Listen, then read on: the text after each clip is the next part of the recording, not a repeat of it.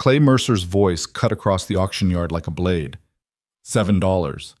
He turned to face the crowd, grinning wide enough to show the gap where his back molar used to be. $7 for 300 bags of bones-wearing wool. He pointed straight at Elena Ashford, and 300 people laughed with him. Sweetheart, your granddaddy's farm couldn't save itself. What makes you think you can? Elena didn't answer. She just folded the bidding slip and put it in her coat pocket. She had just spent nearly every dollar she had left in this world. And the man who ran Caldwell Ridge's most powerful ranching operation had just made her the punchline of a joke she hadn't signed up for. If that were you standing in that frozen yard, 300 sets of hollow eyes staring at you through the fence rails, and an entire county laughing at your back, what would you have done? Before this story goes any further, if you've ever believed in something when nobody else would, if you've ever been the person standing alone while the crowd walked the other direction, hit that subscribe button right now and stay with me until the very end. This channel is for people who know what it means to be underestimated. Drop a comment below and tell me what city or country you're watching from. I want to see how far this story travels. Now, let's go back to that auction yard because what happened next is something Caldwell Ridge is still talking about. The morning Elena Ashford drove her grandfather's old pickup truck down to the Caldwell Ridge livestock auction. The temperature was 11 degrees and the sky was the color of old pewter. The kind of cold that doesn't just bite, it settles into your bones like it plans to stay there.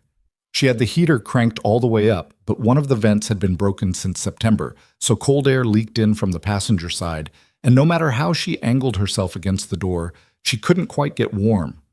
That should have been a sign. She was 21 years old. She had been back on her family's mountain property for 6 months, long enough to watch her grandmother's hand shake at the breakfast table, long enough to learn that the farm had not turned a profit in 11 years, long enough to understand that the people in town who asked how she was doing didn't really want the honest answer. She had left a 2-year college program in agricultural science, not because she failed, but because her grandmother had called her on a Thursday in March, and the tremor in the old woman's voice told Elena everything she needed to know before a single word was spoken. She had packed one bag, driven 8 hours, and never looked back. Not because she was noble, because she didn't know what else to do. The auction barn smelled the way all auction barns smell: manure, diesel exhaust, and cold metal. 300 or more people had gathered that morning, more than the usual crowd, because word had gotten around about the Delaney flock. Old Porter Delaney had died without a will, and without a family member willing to take on 300 head of sheep that had been, by most accounts, badly neglected for the better part of 3 years. The county had seized the animals. The auction house had listed them. And the consensus among every serious rancher in the region was that buying them would be an act of pure stupidity. Elena had heard that consensus. She had heard it at the feed store. She had heard it at the gas station. She had heard it from her neighbor Dale, who stopped by to borrow a post digger and stayed for 40 minutes delivering his unsolicited opinion on sheep markets and the foolishness of young people who thought they understood things they didn't. She had listened to all of it. She had nodded at the appropriate moments. And then she had driven down to the auction barn anyway. She got there early enough to walk the pen before the bidding started. What she saw was not pretty. The sheep were thin, not just auction thin, which is a different thing entirely from healthy thin, but truly malnourished in the way that shows up first around the eye socket and along the spine. Several had overgrown hooves that caused them to walk with a rolling, compensating gait that must have hurt. The wool was matted in places and caked with mud in others. One ewe stood separate from the rest, her breathing audible even over the noise of the crowd, and Elena crouched near the fence and watched her for a long moment before moving on. But there was something else. She had almost missed it the first time she walked the pen, because she was looking at the obvious things: body condition, visible injury, lameness. It was only on her second pass, moving slower, that she noticed the fleece on about a third of the animals had a quality that was different from what she had ever seen on commercial merinos or Corriedales. It was dense in a way that looked almost architectural.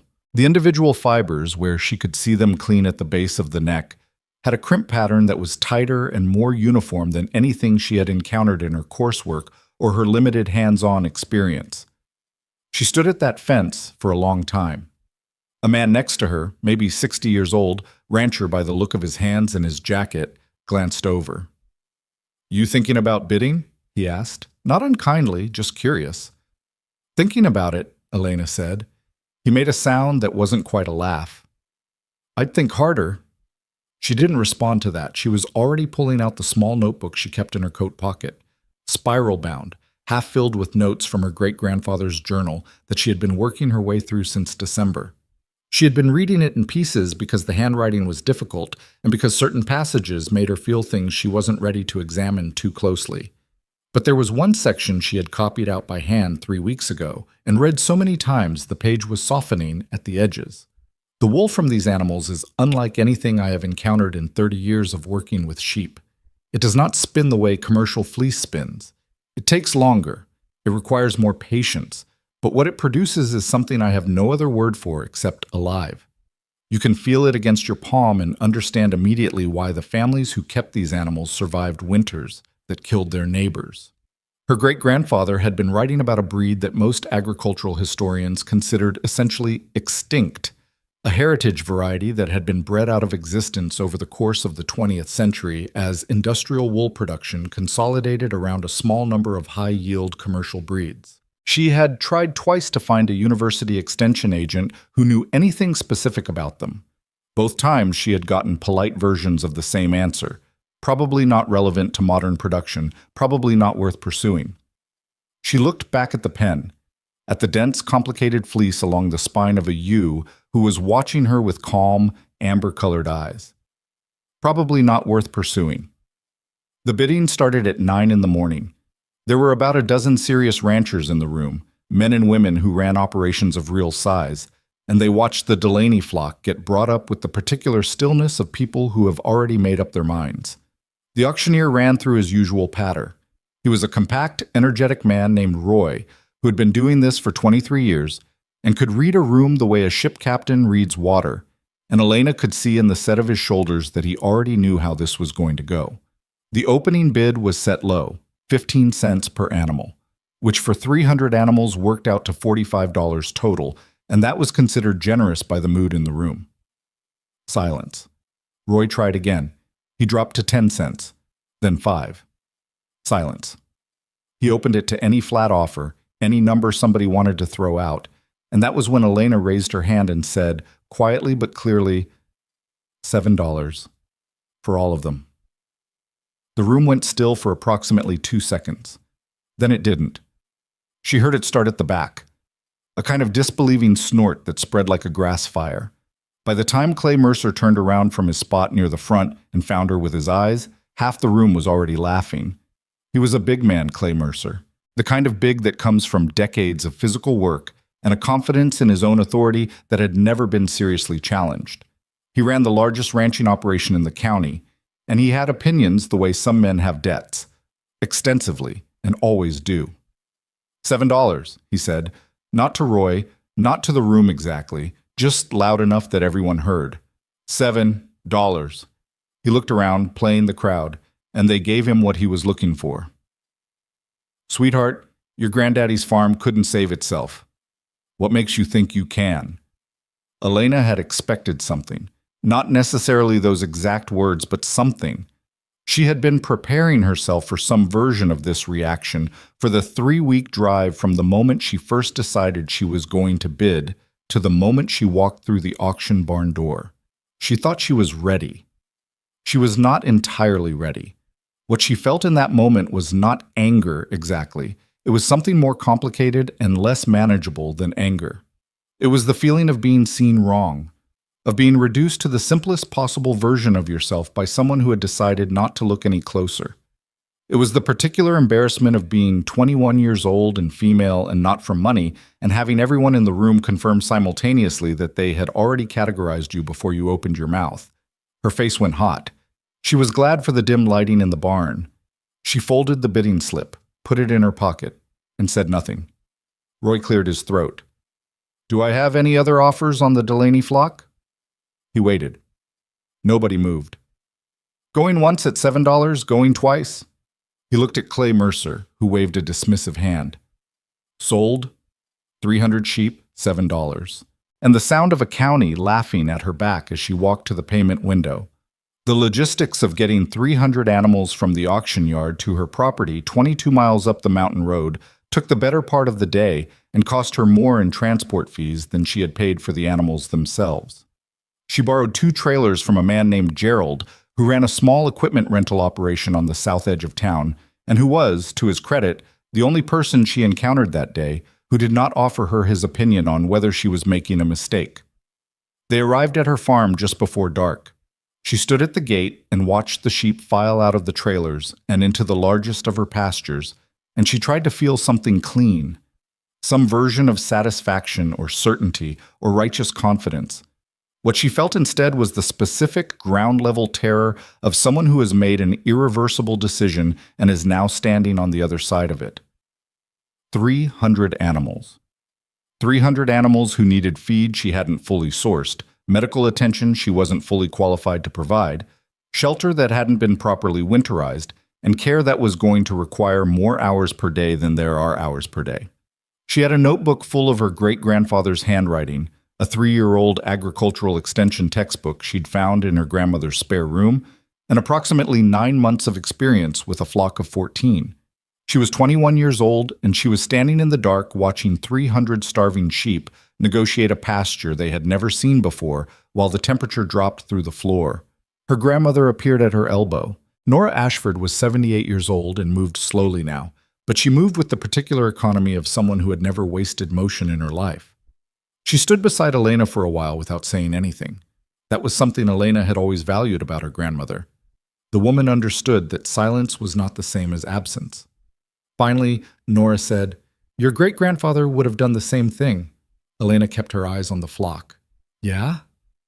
"He would have been terrified too," Nora said. "He just wouldn't have admitted it." Elena almost laughed. Almost. "Am I that obvious?" "Only to me." Nora put her hand briefly on Elena's arm, just a touch, and then turned back toward the house. "Come inside when you're ready. There's soup." Elena stayed outside for another 20 minutes, watching the sheep settle, watching the ones with the bad hooves try to find ground that didn't demand too much from them, watching the ewe, with the labored breathing, find a sheltered corner of the fence and lower herself slowly to the ground.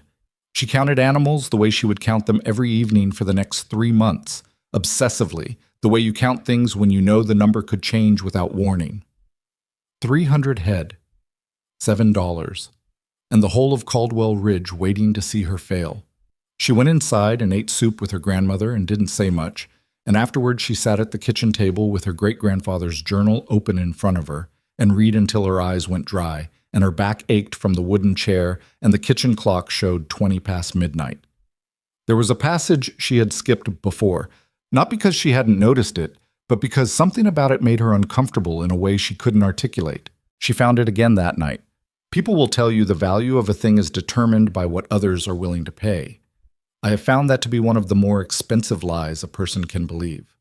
She read it twice. Then she closed the journal and pressed her palm flat against the worn cover and sat there in the quiet of her grandmother's kitchen for a long time. Outside, the temperature dropped to 4 degrees. The sheep were in the pasture, crowded together for warmth the way animals do when they have spent enough time in the cold to learn what survival requires. 300 animals that a room full of experienced ranchers had decided were worthless. Elena Ashford had paid $7 to disagree. She did not sleep well that night. She hadn't expected to. What she hadn't expected, what nobody had told her, not the textbooks and not the extension agents and not the well-meaning neighbors with their steady supply of unsolicited warnings, was how quickly the work would stop feeling like a decision and start feeling like a fact. By the second morning, she wasn't thinking about whether she had made the right choice. She was thinking about the ewe in the corner whose breathing had sounded worse at the 5 o'clock check, and whether the selenium levels in the feed she had were adequate, and how many more nights she could stretch the hay she had before she needed to source more. The choice had already become the life. That was something nobody warned you about. Clay Mercer drove past her property on his way to his own land 3 times that first week. She knew because she could hear his truck, a late-model diesel that announced itself a quarter mile before it arrived. The first time she was in the pasture and she didn't look up. The second time she was at the fence line, mending a section that one of the healthier rams had tested, and she heard the truck slow down, and she still didn't look up. The third time she was carrying a lamb that had been born wrong, not deformed, just born into the coldest night of the year to a ewe who was too depleted to stand. So Elena had been there, in the dark, in the cold, on her knees in the mud. And she heard the truck slow and then stop completely, engine idling. She didn't look up then either. She carried the lamb to the barn and got it under a heat lamp and stood over it for 40 minutes until she was sure it was going to pull through, and then she went back outside and Clay Mercer's truck was gone. She didn't know what he had seen. She didn't know what he had thought. She didn't particularly care at that specific moment because the lamb was alive and the temperature was 8 degrees and she still had 11 other animals to check before she could go inside. But she thought about it later. Lying in bed at 2 in the morning, listening to the wind work at the corners of the old farmhouse, she thought about that truck sitting at the side of the road, engine running, watching her carry that lamb across the dark pasture. She thought, let him watch, and then she thought, just don't let me lose this animal. The lamb's name, eventually, was Seven. Her grandmother named it. Elena thought that was either the most obvious thing in the world or the most fitting, and she couldn't quite decide which. By the end of the first month, she had lost 3 sheep. Each one was different, and each one was hard in its own specific way, and she did not let herself grieve past the point of what was useful because she couldn't afford the hours that real grief would have taken. She noted the losses in her record book with the same careful handwriting she used for everything else: date, animal number, probable cause, what she had tried, what she would do differently. She kept those pages separate from the rest, not because she didn't want to see them, but because she needed to be able to look at them directly without having to sort through records of healthy animals to find them. Her neighbor Ruth, a retired school teacher who lived a mile down the road and had known Elena since she was 7 years old, came by in late January with a pot of chili and a look on her face that Elena recognized as the prelude to a conversation she didn't particularly want to have. "People are saying you should cut your losses," Ruth said. She said it gently, which was worse than if she had said it bluntly. Blunt you could push back against. Gentle required a different kind of energy. "People have been saying that since October," Elena said. "I know."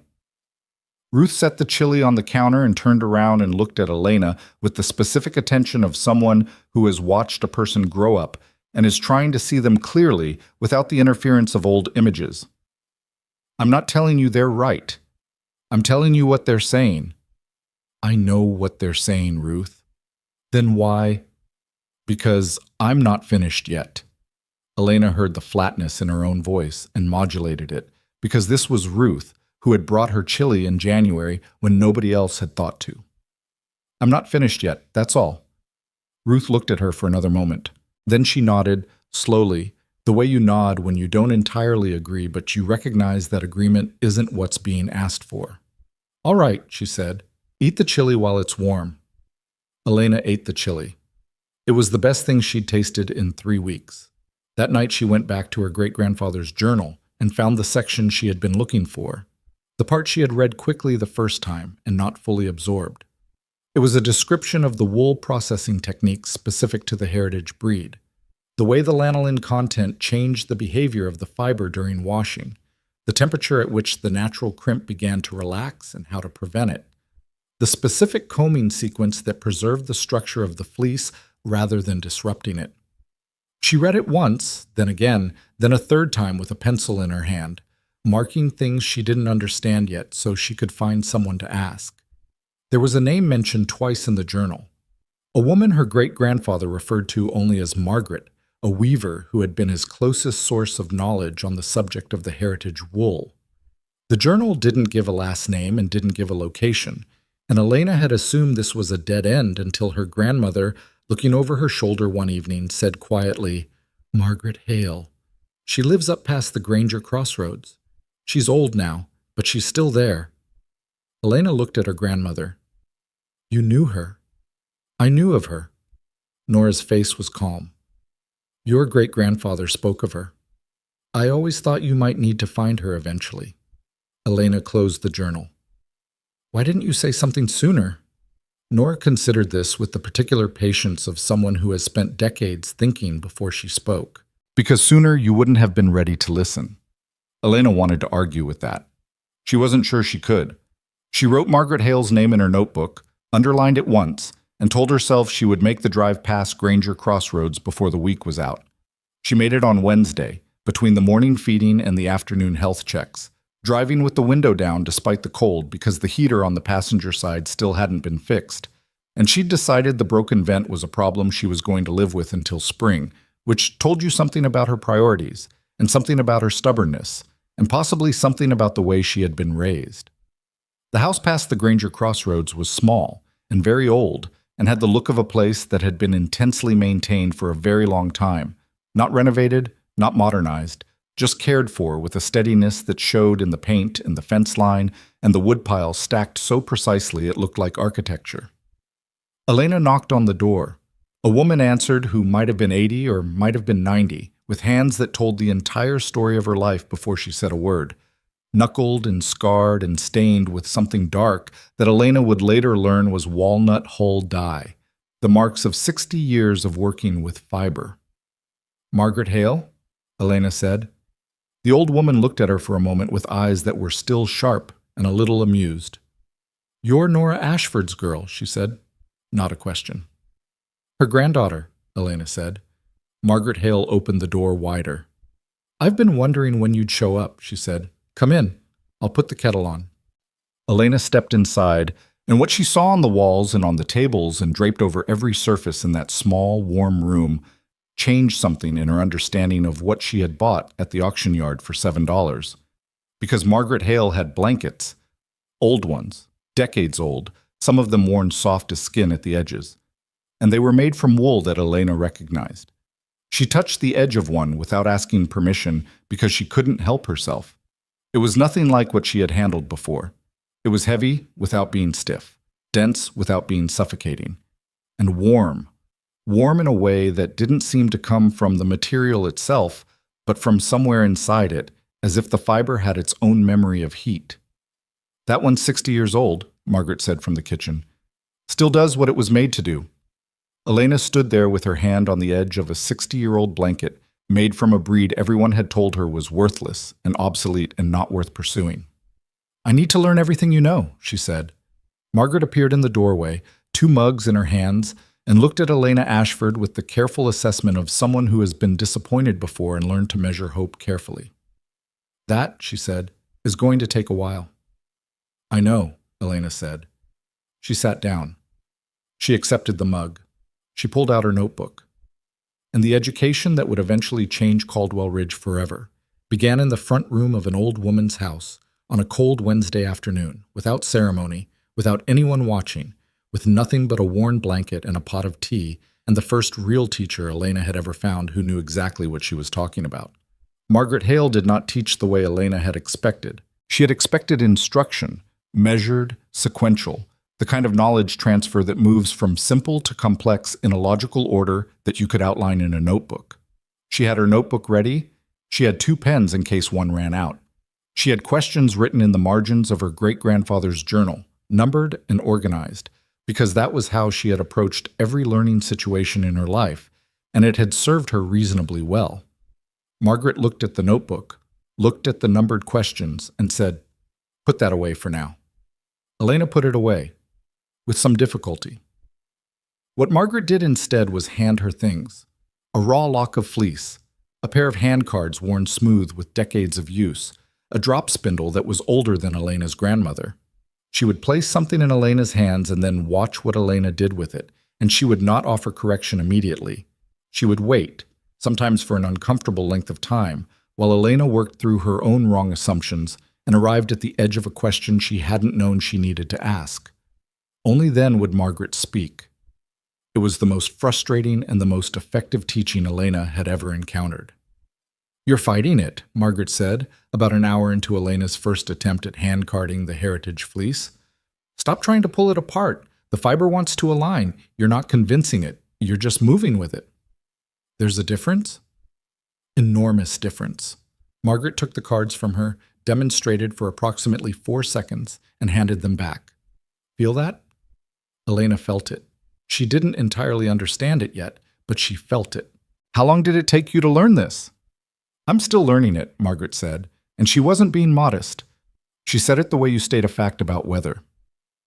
Elena drove to Margaret's house 3 times that first week, then twice the following week, because the demands of the flock were increasing in ways she hadn't fully projected, and something had to compress somewhere. And she made the decision that she would keep the visits to twice a week and use the time between to practice what she had learned. She was not naturally gifted at the handwork. Her fingers were strong, but they were not subtle, and subtlety was precisely what the heritage fleece required. She made mistakes. She made the same mistakes multiple times. She was not graceful about it, but she kept going back. And Margaret kept answering the door, and somewhere in the middle of the second month of those Wednesday and Saturday visits, something in Elena's hands began to understand what her brain was still working out. Meanwhile, the flock was teaching her its own curriculum. The heritage sheep were not like the commercial breeds she had read about in her textbooks. They were not placid in the way that generations of selective breeding for docility had made some breeds placid. They were watchful, and they had opinions, and they communicated those opinions clearly to anyone paying attention, which meant that working with them required a different kind of attention than Elena had been trained to give. They responded badly to being rushed. They responded worse to noise. A ewe who was stressed at shearing time would produce fleece that showed the stress in the fiber itself, a break point, a weakness along the shaft. And that weakness would be there in whatever you made from it, showing up weeks or months later as a failure in the finished cloth. Margaret had told her this. Her great-grandfather's journal had told her this. But there is a difference between being told a thing and learning it from the animals directly, and Elena learned it the hard way in mid-February when she tried to push through a health check on 12 animals in a time window that was too short because she had 3 other things to do that afternoon. She got through 8 of the 12 before the oldest ewe in the flock, a big, gray-faced animal Elena had started calling Mabel because she needed something to call her, simply sat down in the middle of the alley and refused to move. Not panicked, not running, just done. Elena stood behind her for a moment and then crouched down and looked at the ew's face, and the ewe looked back with the kind of calm, unimpressed patience that made Elena feel, more than any of Clay Mercer's public commentary, genuinely put in her place. "Okay," Elena said, to a sheep, in an empty barn at 4 in the afternoon. "You made your point." She finished the remaining 4 animals the next morning, slowly, and took notes while she did it, and afterward she sat on the barn floor with her back against the wall and her notes in her lap, and she revised her entire health check schedule from the ground up. It took 2 hours. Those 2 hours saved her significant losses later in the spring because the new schedule was better, and she would not have built the new schedule if Mabel had not made her stop. She thought about that sometimes. The ways the most useful lessons arrived through the most inconvenient doors. March came in hard. A late freeze locked the ground solid for 11 days, and Elena's heating costs for the barn tripled in a week, which was money she did not have in the way she was going to need it. She sat down with her accounts book on a Saturday night while the wind shook the windows and ran the numbers 3 times, hoping the 3rd time would produce a different result. It did not. She needed to sell something to cover feed costs through to late April. The obvious option was wool, the first light clips from the animals who could be shorn early without risk. But the wool buyers she had contacted in January had been consistent in their response. They bought by weight, and they bought to commodity spec. And what she had did not meet commodity spec because commodity spec was built around the major commercial breeds, and her heritage fleece processed differently. One buyer had actually laughed, not unkindly, but the way you laugh at a novelty, something interesting and impractical. She told Margaret about this on the Wednesday visit. Margaret was quiet for a moment, working her own spindle, watching the twist travel up into the fiber with the ease of someone who has done this so many times the movement has gone below conscious thought. Then she said, "You know what that buyer was really telling you? That my wool doesn't fit his system." "That his system isn't built for your wool," Margaret said. "Those are different problems." Elena looked at her. "That's the same problem from 2 different directions." "It is," Margaret agreed. "But which direction you stand in determines what you do next." Elena turned this over in her mind on the drive home. She turned it over for 2 days after that, running it alongside the account numbers and the cost projections and the increasingly clear recognition that she could not keep selling raw fleece at commodity prices, or not selling it at all, and also keep the farm solvent. Something had to change in the equation. She had known this in a theoretical way since the auction, but March's freeze had made it concrete and immediate in a way that theory never quite manages. She called Ruth on a Thursday evening, not to ask for advice. She had learned in the 3 months since October that advice was usually someone else's solution to a problem only partially resembling hers. She called because she needed to say the thing out loud to someone who would listen without finishing her sentences. "I think I need to start making the blankets," she said. Ruth was quiet on the other end. Then, "Like your great-grandfather's journal?" "Yeah." "Do you know how?" "Margaret's been teaching me. I'm not good yet, but I'm less bad than I was." Ruth made a sound that was part acknowledgement and part something else. Something that might have been the specific tenderness of someone watching a person they care about step off a ledge and hoping the ground is closer than it looks. "What does your grandmother say?"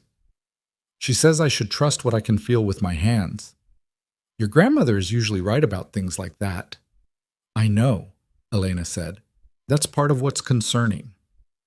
She began the first blanket in late March, working evenings after the flock was settled, at the kitchen table with the good lamp pulled close and her great-grandfather's journal open to the processing notes. She used fleece from 4 of the animals she was most certain were pure heritage stock.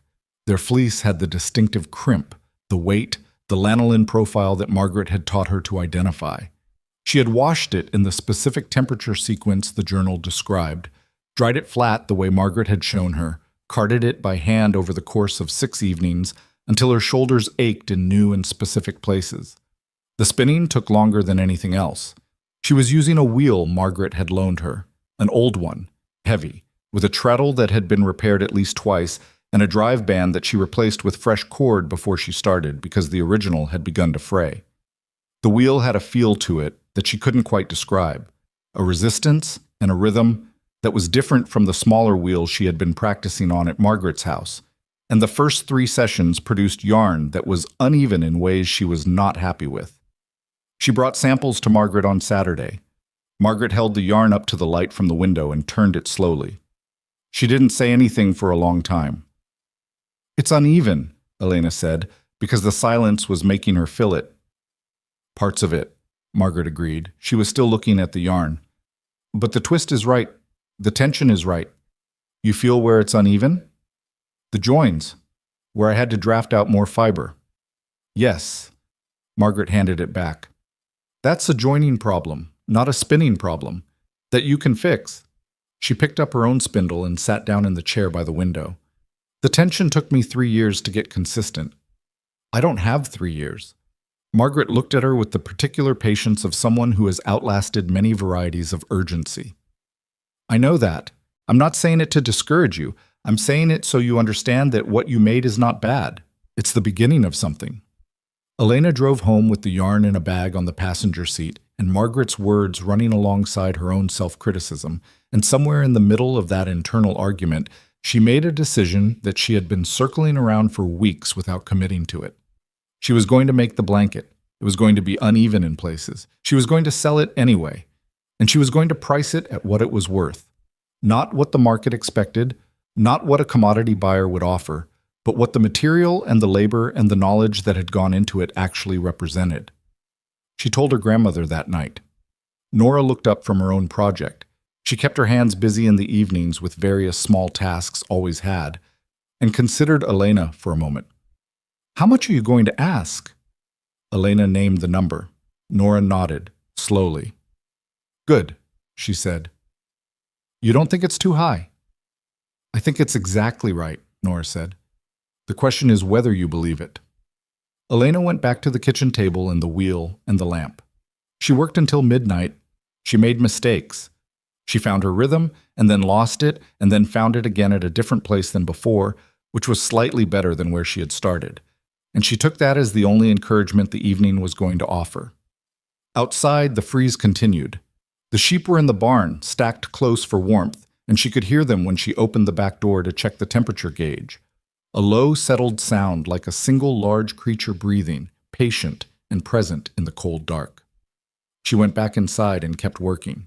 The first completed blanket took her 6 weeks from raw fleece to finished piece. It was not the blanket she wanted to make. It had a section in the lower left corner where the weft tension had shifted and the weave was slightly looser than the rest, a fault she could see clearly when she held it flat, and a fault that anyone who knew what they were looking at would also see. She had considered unweaving that section and redoing it, and she had sat with that consideration for 2 full days before Margaret said, during one of their sessions, without Elena having described the specific problem, "The first one won't be perfect. The second one will be closer. The 10th one will be what you're trying to make. Ship the first one." Elena shipped the first one. She listed it with a brief description: heritage breed wool, hand-spun and hand-woven, traditional processing methods, and a photograph she took herself, badly lit because she didn't own the right equipment, in the kitchen on a Sunday afternoon. She priced it as she had said she would. She sent the listing to Ruth because she didn't have a real distribution channel yet, and Ruth knew more people in the county than Elena had met in her lifetime. Ruth sent it to 6 people. One of them was a woman named Donna Calloway, who ran a small country store 20 miles south of Caldwell Ridge, and who had been, Ruth said, looking for locally made goods to carry on consignment. Donna called Elena on a Tuesday evening. "I looked at your listing," Donna said. "I want to be honest with you about what I think." Elena braced herself. She had become, over the preceding months, reasonably skilled at receiving honest opinions she hadn't asked for. "Okay, the photo is terrible. I know. But I held a blanket made from this wool about 30 years ago, at my grandmother's house, and I have been trying to find out where it came from ever since." A pause. "Is this the same breed?" Elena felt something shift in her chest. "What did your grandmother's blanket feel like?" Donna was quiet for a moment. "Like being covered by something that actually wanted to keep you warm," she said. "If that makes any sense." "It makes complete sense," Elena said. Donna took the blanket on consignment. She priced it higher than Elena had listed it. She sent Elena a photograph of the display the following week. The blanket folded over a wooden rack in the corner of the store with a small hand-lettered card that read, "Heritage Wool, Caldwell Ridge, single producer." It sold in 4 days. Elena did not celebrate this. She made a note in her account book, recalculated how many blankets she would need to produce per month to cover operating costs, looked at that number for a long time, and went back to the wheel. She was not fast enough yet. She knew she was not fast enough. Her production speed was still constrained by the learning curve and by the number of hours in a day that weren't already committed to the flock, and those constraints were not going to dissolve on the strength of one sale to one store. She needed to get faster without sacrificing what made the work worth doing, and those 2 requirements pulled against each other in ways that kept her awake at night. April brought mud. The mountain roads turned soft, and the pastures became difficult to work in, and 3 of the ewes she had been watching through late pregnancy delivered within a week of each other in conditions that required her to be present for all 3 and to intervene in 2. She was running on 5 hours of sleep, and she was showing it. Her hands were clumsy in the mornings in a way they weren't once she'd been up and moving for an hour. And she made an error in the wool washing one afternoon that cost her the fleece from 2 animals, overheating it so the fibers locked together into a matted mass that couldn't be salvaged. She stood over the sink looking at the ruined wool and felt the specific exhaustion of someone who cannot afford to make mistakes and has just made one. "Write it down," Margaret had told her early on. "Not to punish yourself, so you understand exactly what happened and why." She wrote it down. Temperature, time, the distraction that had caused her to let it run too long, what she should have done, what she would do next time. She filled half a notebook page with it, and when she was done, she felt slightly less like she had failed and slightly more like she had learned something that had cost her more than she wanted to pay. She lost 1 more sheep in April, a ram who had been struggling with a respiratory issue since January and who she had been treating with the help of a large animal vet from the next county over, a woman named Dr. Kessler who made the drive up twice a month and who had become, without either of them particularly planning it, one of Elena's most valuable resources. Dr. Kessler did not pretend that the heritage breed animals were easy to treat. She had, in fact, said on her second visit that she had never worked with this specific type before and was learning as she went, and Elena had appreciated the honesty of that more than she could easily say. When the ram died on a Thursday morning in early April, Dr. Kessler came up that afternoon to confirm the cause and sat with Elena in the barn for a while afterward, not talking much, just present. "You've kept more of them than I expected," Dr. Kessler said eventually. "I've lost 8, Elena said. The number sat in her mouth the way hard things do.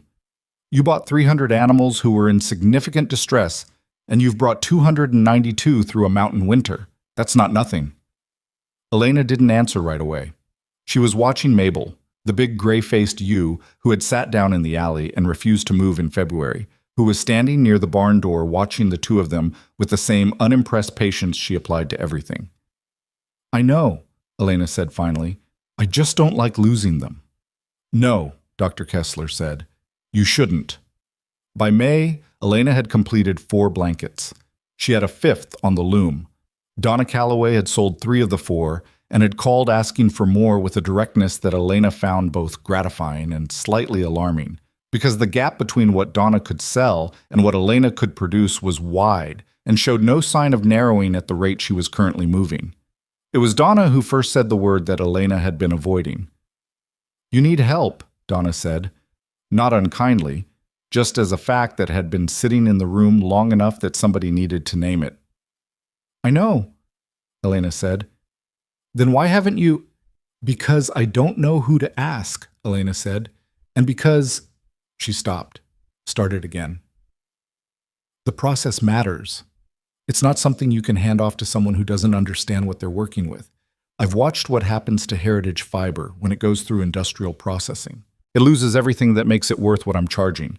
I can't compromise that and still sell the blankets at this price." "Then you need someone who understands what they're working with," Donna said. "That's a different problem from needing help." Elena thought about that. She thought about it for 3 days, which meant it was turning over underneath everything else she was doing. The flock checks and the spinning and the accounting and the twice-weekly drives to Margaret's house. And that persistent background rotation was a sign she had learned to recognize in herself. It meant she was close to something. Not the answer exactly, but the shape of the answer. She found the shape of it on a Saturday afternoon at Margaret's house.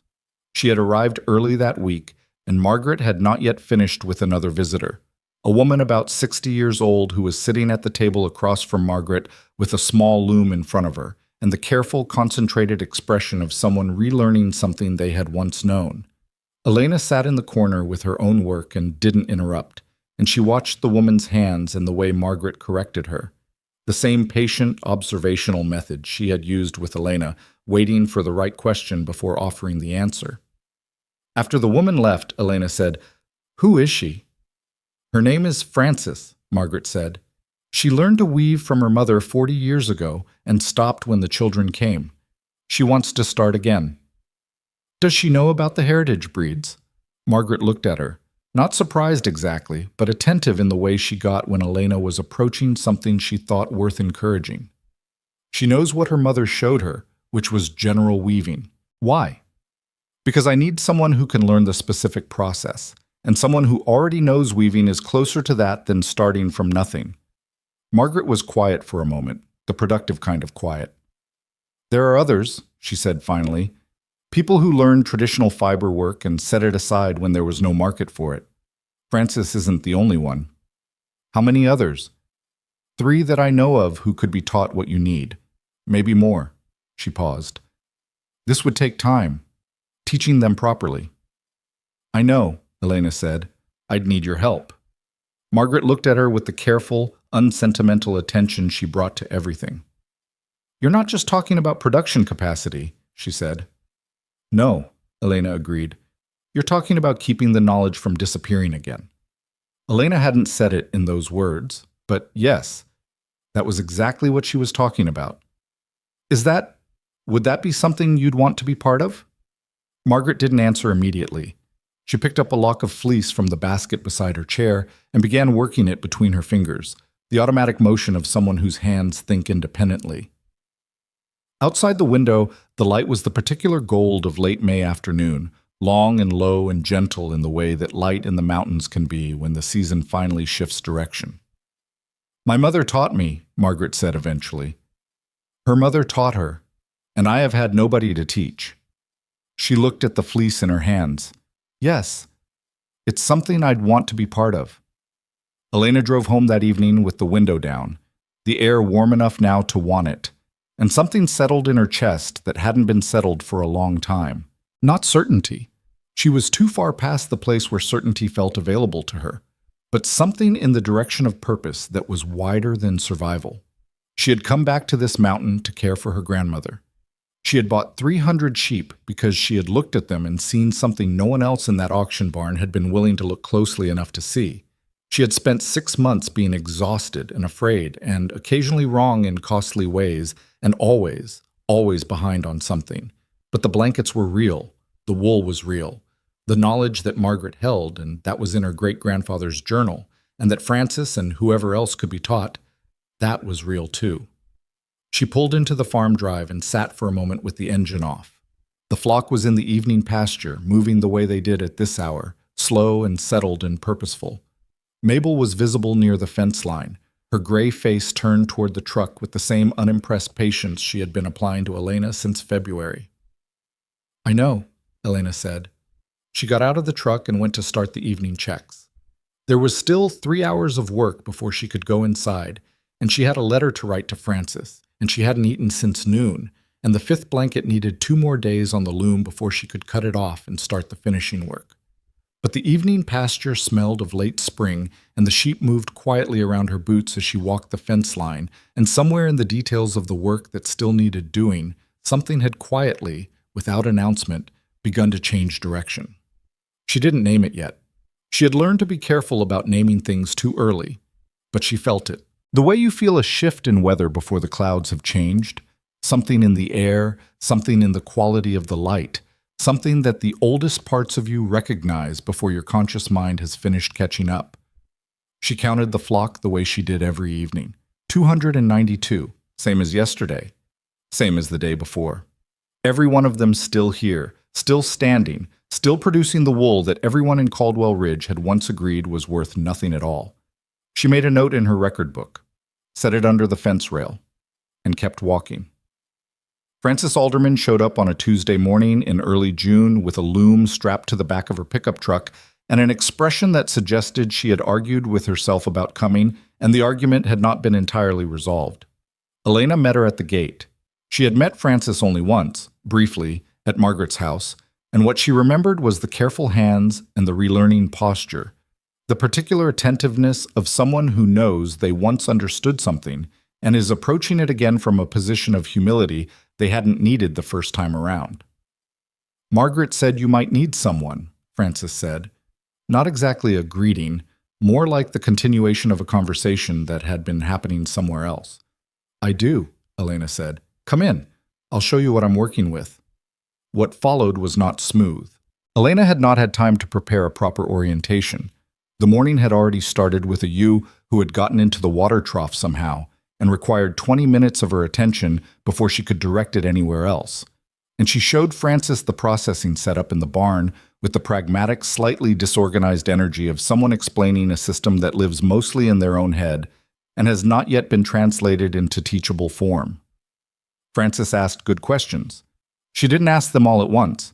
She asked them while she was touching things, picking up a carded bat and turning it over, running a length of finished yarn between her fingers, looking at the fleece samples Elena had pinned to the board she used for tracking quality across different animals. "This is heavier than what I've worked with," Frances said about the raw fleece. "It is," Elena said. "The lanolin content is different. It changes everything downstream, the washing temp, the drying time, the way it behaves on the wheel." "And you learned all this from Margaret?" "Margaret and my great-grandfather's journal, and about 6 months of expensive mistakes." Frances looked at her with the small, knowing expression of someone who has made expensive mistakes of her own. "What's the most common one?" "Rushing the wash," Elena said immediately. "You think it's ready, and it's not. You pull it too soon and either the lanolin didn't release properly or the fibers have started to stress from the temperature change. Either way, you don't know until you're 3 steps further down and you've already lost the work you put into those 3 steps. Frances nodded slowly. She was still holding the raw lock, working it lightly. My mother used to say that fiber tells you when it's done. You have to listen. Margaret says almost exactly the same thing. They looked at each other for a moment across the processing table, and something settled between them. Not friendship yet, not exactly, but a recognition.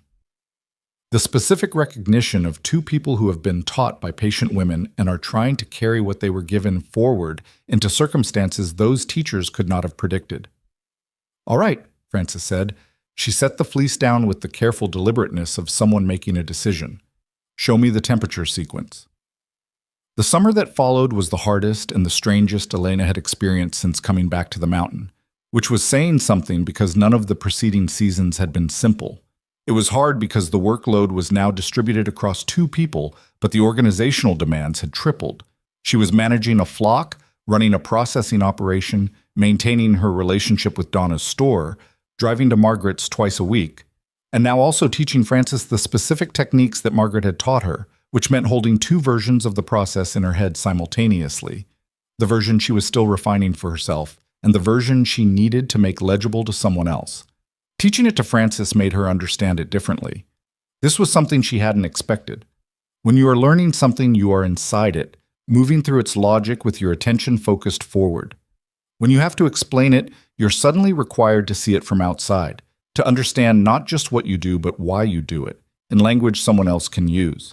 Elena found herself, more than once, stopping in the middle of an explanation because she had reached a point where her hands knew the answer and her mouth couldn't follow. "You do it like this," she would say, and show. "But why that way?" Frances would ask. And Elena would stand there for a moment, working backward from the gesture to the principle behind it. And sometimes she would know the answer, and sometimes she would say, "I'll ask Margaret on Saturday," and write it in her notebook. And the notebook was filling up faster than it ever had. It was good. It was genuinely good, this process, even when it was inconvenient and occasionally humbling. The problem was that it was also slow. She had told Donna she would have 6 blankets by September. She produced 4. Donna sold all 4 within 3 weeks of them arriving at the store and called with a waiting list that had 8 names on it, which was gratifying in the way that being told your boat is seaworthy is gratifying when you are currently standing in water. "People are talking about these," Donna said. "I mean, really talking, not just, oh, that's interesting local stuff. I had a woman drive 40 miles because her neighbor showed her the one she bought in July." "How old was the neighbor?"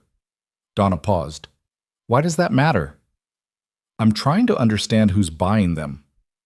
"Both blankets were bought by women in their 60s, Donna said. "The one who drove 40 miles was probably 70. Is that helpful?" It was helpful. Elena turned it over while she was at the wheel that evening, the rhythm of the treadle underneath the thought. People who remembered things. People whose hands had held enough different materials over enough years that they could feel the difference between what she was making and everything else on the market. People who had grown up in a time when not everything was made to be disposable. She mentioned this to Margaret on Saturday. "Of course," Margaret said, as if this were obvious, which, from where she was sitting, it probably was. "The people who know what they're touching are the people who've touched a lot of things. You can't fake what you're making. You can't shortcut it. The people who've been around long enough have calibrated hands.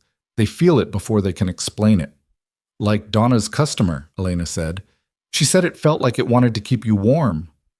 Margaret smiled. It was not a common expression on her face, and it changed it considerably. "Yes, that's the one. That's the thing." She said it quietly, like something she had been waiting to hear someone else say. July passed and most of August, and the second small group of learners Margaret had identified began coming to Elena's farm on weekend mornings.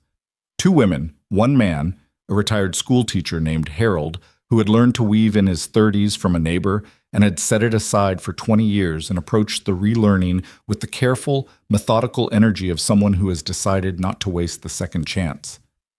Harold was quiet and precise and asked fewer questions than Frances, but made fewer errors, And Elena found herself grateful for the variety because it forced her to develop more than one way of explaining things. She was building something she hadn't named yet. She was aware of this. The naming would come later, or it wouldn't, and either way, the thing itself was what mattered. Clay Mercer came to the farm in August. She did not expect this. She had seen his truck on the road twice since the spring, but he had not stopped, and she had not invited him to stop, and she had assumed that was the arrangement they had settled into. He drove by, she didn't look up, and the fact of her continued existence on this mountain constituted the only response she intended to make to what he had said at the auction. He pulled into the drive on a Thursday afternoon while Elena was at the processing table in the barn with Francis and Harold, and he sat in his truck for a minute before he got out. She could see him through the barn window, and the sitting there had the quality of someone rehearsing something. He knocked on the barn door frame. He was wearing the same type of jacket he had worn at the auction, dark canvas, worn at the elbows, and his hat was in his hands, which she noticed because it was an unusual thing to see. "Elena," he said. "Mr. Mercer," she said. She kept her hands in the fleece she was working. She did not put it down. Francis and Harold had gone still in the specific way of people who are pretending not to pay attention. "I've been meaning to come up," Clay said. He looked around the barn with the evaluating sweep that ranchers bring to any agricultural space they enter, an automatic inventory. She watched him notice things: the processing setup, the quality of the fiber work on the table, the board with the fleece samples. She watched him adjust slightly without acknowledging the adjustment. "You've done a lot of work here." "Yes," she said. He was quiet for a moment. He was a man who was comfortable with his own authority and less comfortable in situations where that authority was not a given, and this was one of those situations. She could see him working through it. "I was wrong," he said, "about what I said at the auction. I was wrong about that." Elena looked at him steadily. "I know you were." He nodded once, the small nod of a man accepting what he has coming. "I've been watching what you're doing up here. Not—" He stopped, started again. "I mean, I've been hearing about it, the blankets, the breed. I didn't know what you were seeing in those animals." "No one did," she said. "That was the point. I understand that now." He turned his hat in his hands. "I've got 60 acres on the east slope that's been sitting fallow for 3 years, good pasture, good water access. I'd like to talk about whether there's a way to—" He paused again, choosing the words carefully. "Whether there's something useful I could contribute here." Francis had stopped pretending not to listen. Harold was studying a fleece sample with an intensity it didn't entirely require. Elena looked at Clay Mercer for a long moment. She was 21 years old, and she was standing in a barn she had rebuilt through a winter that had tried to take everything she was attempting, and the man who had stood in an auction yard and made her the punchline of a joke for 300 people was standing in front of her with his hat in his hands asking if he could be useful. She did not feel triumphant. She had expected, when she imagined this moment, to feel triumphant. What she felt instead was tired, and something that was adjacent to compassion but hadn't made it all the way there yet. And underneath both of those, a quiet, persistent pragmatism that said, 60 fallow acres with good water access is 60 fallow acres with good water access regardless of who owns them. "I'll think about it," she said. "Come back in 2 weeks." He nodded. He put his hat on. He looked like he wanted to say something else and decided against it, which was the right decision. He left. Francis looked at Elena the moment his truck was out of the drive. She didn't say anything. She just looked. "Don't," Elena said. "I wasn't going to say a word," Francis said, and went back to her work. September arrived with the particular beauty of mountain autumn that feels like a last offer before winter closes the negotiation permanently. The light going amber and long, the air holding a cold edge in the mornings that the afternoon sun only partially softened. Elena was running on better sleep than she had managed through the winter, which meant 5 to 6 hours instead of 4, and the flock was in the best condition she had seen since October. The lambs born in the spring were growing into their wool in ways that confirmed what she had suspected. The heritage characteristics were breeding true even in the first generation of lambs born on her farm, which meant the bloodline was stronger than the neglect of the Delaney years had damaged. Dr. Kessler came up in mid-September for the quarterly assessment and walked the flock with Elena for 2 hours, taking notes, checking the animals she flagged, asking questions about the breeding records Elena had been keeping with the same obsessive care she applied to everything else. "You know what this population is?" Dr. Kessler said toward the end of the walk. She had stopped near the gate and was looking back at the flock the way someone looks at something they are trying to fix in memory. "A remnant population of a heritage breed," Elena said. "A healthy, reproducing, documented remnant population of a breed that most agricultural geneticists would have told you 2 years ago was functionally extinct." Dr. Kessler turned to look at her. "This is not a small thing." "I know," Elena said. "Do you? Because you talk about it like it's a production problem." Elena looked at the flock. "I have to. If I talk about it the other way, I'll make decisions based on how important I think it is instead of what the work actually requires." Dr. Kessler considered this. "That's unusually self-aware." "I've had time to think," Elena said. "About 14 months of it, mostly between midnight and 2 in the morning." She met with Clay Mercer 2 weeks after he had come to the farm, at a diner in town, on neutral ground she chose deliberately. She brought her account books and her flock expansion projections, and the grazing capacity estimate she had worked out based on what she knew about her own land. He brought nothing written, which told her something about how he was approaching the meeting. He was used to negotiating from memory and from reputation, and from the assumption that his scale of operation was its own argument. She opened with the projections. He looked at the numbers. He was a man who understood numbers, and she watched his expression shift as he moved through what she had laid out. "You've grown the production capacity faster than I would have predicted," he said. "I've had help," she said. "Frances and Harold and one other woman who started in August. And Margaret Hale is doing most of the training." He looked up at Margaret's name. "I know Margaret. Didn't know she was still active." "She's very active," Elena said. "She's the most important person in this operation, honestly."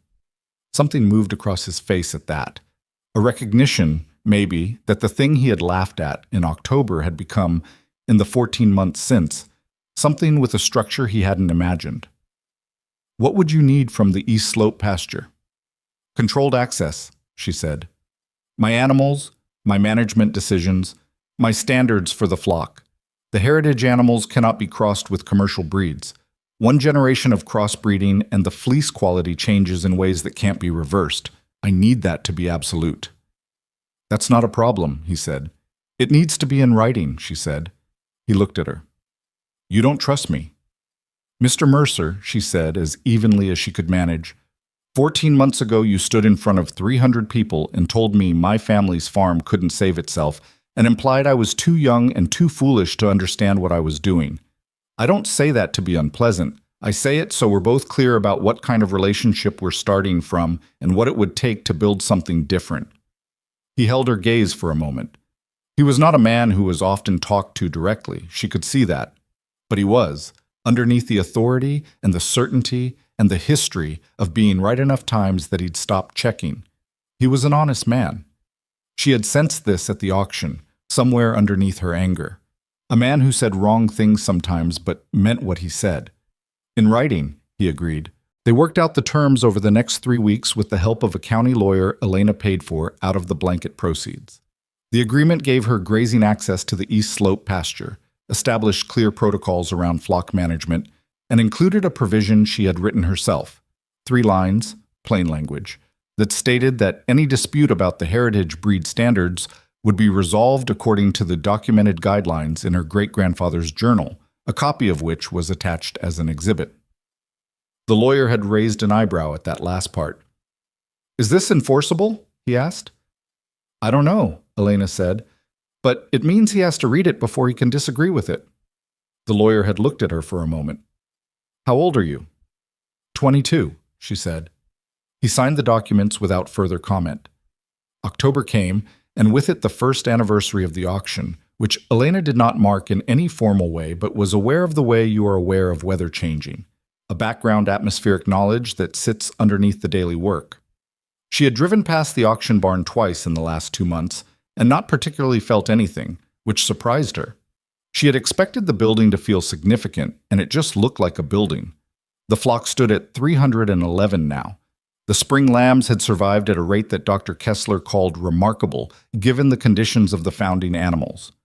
Production had expanded to 9 blankets in the last 3 months, which was still not enough to meet demand, but was measurably better than where she had been in the spring. And then November came. The forecasts had been warning about it for 10 days before it arrived. A system building offshore, a temperature pattern that the meteorologists kept qualifying with words like historic and unprecedented for the region, in ways that people in mountain communities learn to take seriously because mountain communities have longer memories about what weather can do than the forecast models do. Elena spent the week before the storm in preparation. She did not sleep much that week. She reinforced the barn insulation with materials she had been stockpiling since September. She sourced additional feed and had it delivered before the roads became unreliable. She checked the heating system 3 times, found a fault in the secondary line, fixed it herself with Harold's help over the course of a cold afternoon that left them both cursing mildly at the equipment and each other in the comfortable way of people who have worked together long enough to have a shared language for frustration. She called her grandmother inside when the barometric pressure dropped on a Wednesday, and it stopped doing anything that normal weather does and started doing the thing that the forecasters had been warning about. Nora came in without argument. This was the only moment Elena felt something close to fear, because her grandmother never came inside without argument. She sat in her chair by the kitchen window and watched the clouds build with the specific attention of someone who has lived through enough winters to know when one is different. "How bad?" Elena asked. "Bad," Nora said. Simply. No elaboration. It hit on Thursday night. 2 feet of snow in 18 hours would have been serious on its own. It was the ice that came under the snow and the wind that came with both of them that made it what it was.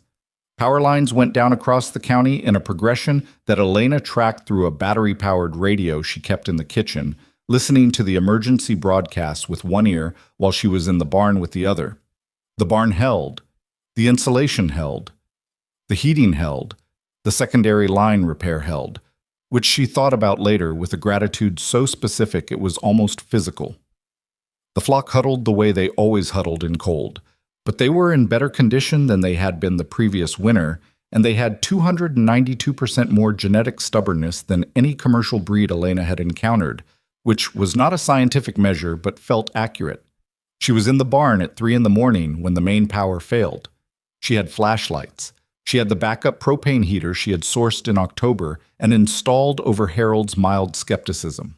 She had the knowledge, accumulated over 14 months of not sleeping enough and making expensive mistakes, and writing everything down and going back to Margaret's house, even when she was too tired to drive straight.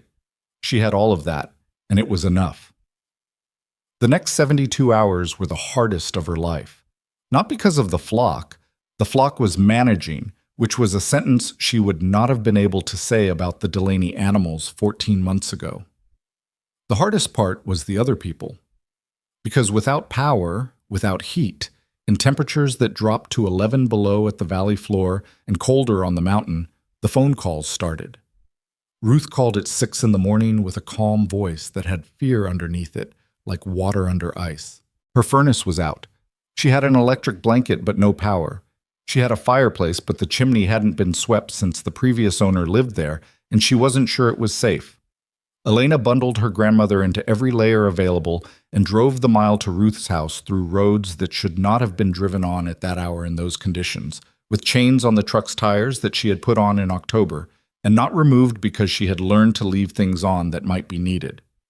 She brought 2 things: the blanket from the kitchen, one of the first ones she had made, the one with the uneven tension in the lower left corner that she had almost unmade and Margaret had told her to ship, and a stack of dry wood from the barn. She got Ruth's fireplace going. She wrapped Ruth in the blanket. She sat with her for an hour until the fire was established and the temperature in the main room had come up enough that the old woman's hands had stopped shaking. "This blanket," Ruth said, at some point during that hour.